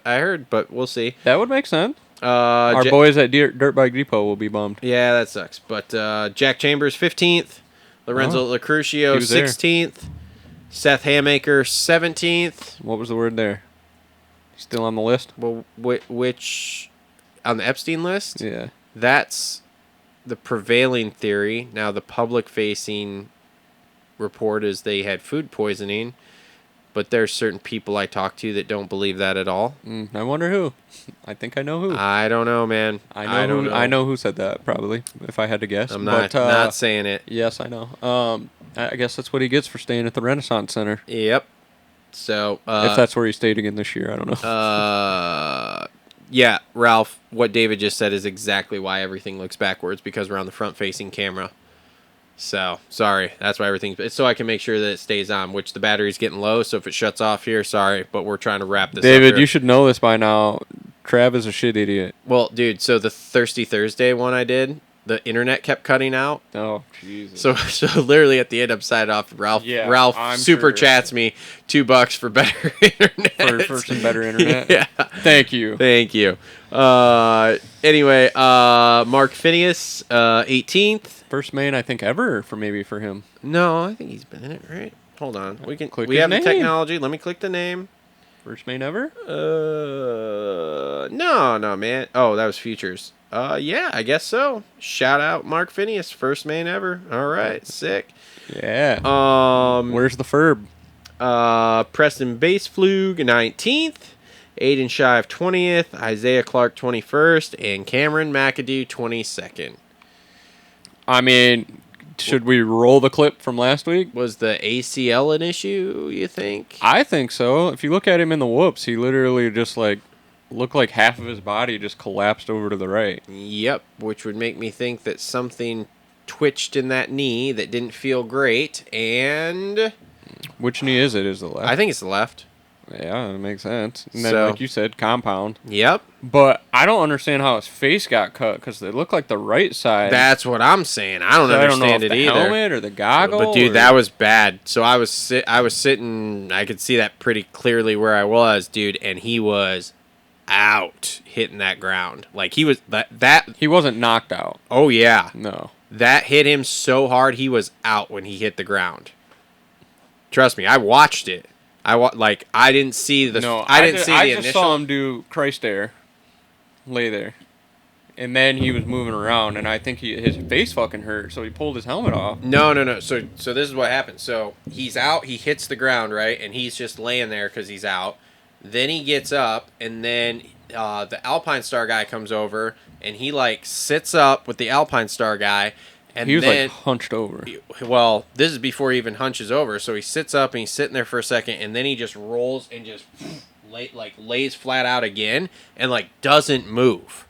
And I'm like, oh fuck, he's not moving again. Mm-hmm. And then he sat back up. Then he took his helmet off, and then that was when the Alpine Star guy was then holding him and everything. And I'm just like, this is bad. The thing I don't like, and let me this. Oh, you I gotta go to neck brace talk too. Let me I just didn't go. like Let me just that. go to a little bit of a Holster Co. reload rant here too, right? So he's at the end of the whoops, right? Mm-hmm. But we don't throw the medic flag on the whoops.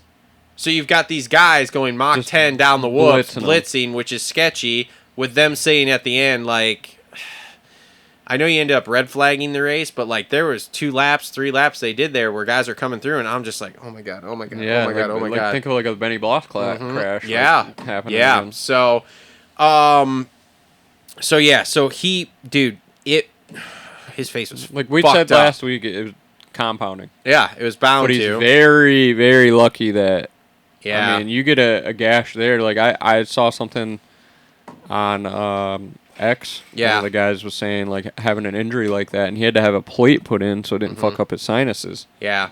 Look, here's what I'll tell you, man. Whatever the hell happened there, it was I think it was ACL induced. scary to watch because there was a lot of not. This was it was very a la Pierce Brown the week before. There was a very lot of not movement out of him, and I'm just like, oh man. When he flopped back over, when he got up, I was like, okay, cool. And then we flopped back over, and I didn't really see him moving. I was like, oh shit. Yeah, shit, and he shit. usually gets. Yeah, because he's tough. Yeah. So he doesn't have a problem getting up, but it was because a lot of times too, the guys they're hurting, but they're moving, right? You can see him. No, he was not moving at all. It was intense. So let me ask you this. From a guy that watches this all the time, going shoot. So Anyway, let me yes. ask you this one. Does he get out of it better if he doesn't hit the fucking tough block? Ooh, great question. I don't know, man. I haven't watched Because it he that gets much. over, gets the tough block throws the front end out, throws him down. I don't know. I haven't watched enough to see to tell you that. So all I know is it was scary. Well, then instead of a tough block, the tough block Excel file, and then there's the whoop Excel file. They're putting quantity 1 in the whoop crash Excel file. Yeah. yeah. So, So yeah, either way, man, shitty deal. Cameron's a good dude. Yeah. I He's not a bad I kid. do think he needs to back it down a little bit on the hero thing. He really rides balls out all the time. He really does ride balls out. I did like how he put Detroit 2, him 0. Yeah. But yeah, I think he needs somewhere with less pressure. I think he puts too much pressure on himself. So. Something's got to change. Because the dude's fast. Yeah. Like the heat race. Same thing, the hero thing. Yep. You're in second. There's no way in fuck you're gonna go around the outside in the sand and pass old boy on the last lap. You're not. What Eli do? Tomac. You weed your shit and you risk blowing out your right knee And end up fourth. Yep. So, yeah, I don't know, man. I don't know. So Again, I respect it. I respect the heart. Yep. But we gotta have some. We got some boundaries. We got to pull it back a little bit. So, all right, that's been your 250 race recap brought to you by our friends at Pro Flo Racing. Make sure to check them out, profloracing.com. And we're going to go right into our Rev X segment, questions of the week here. Let's go. So I was slacking. I got home from Detroit today, and I took a nap. Me too. So I'm old. Drive was a little bit of a grind because we got snow, and it was a little white knuckle the whole way. So, all right. So, firing it right off with our boy Bones. All right, Bones, baby. Isaac Gonzalez. Let's get it. Did you actually see the incident that Colin Park and Austin Fortner were arguing about? So, yes, a matter of fact, Bones, I will roll the clip right here. No, just go back into the 250 race recap there. I did discuss it. I know you're a listener, so you probably heard it already. Yep. But, yes, I do have it vividly in my brain.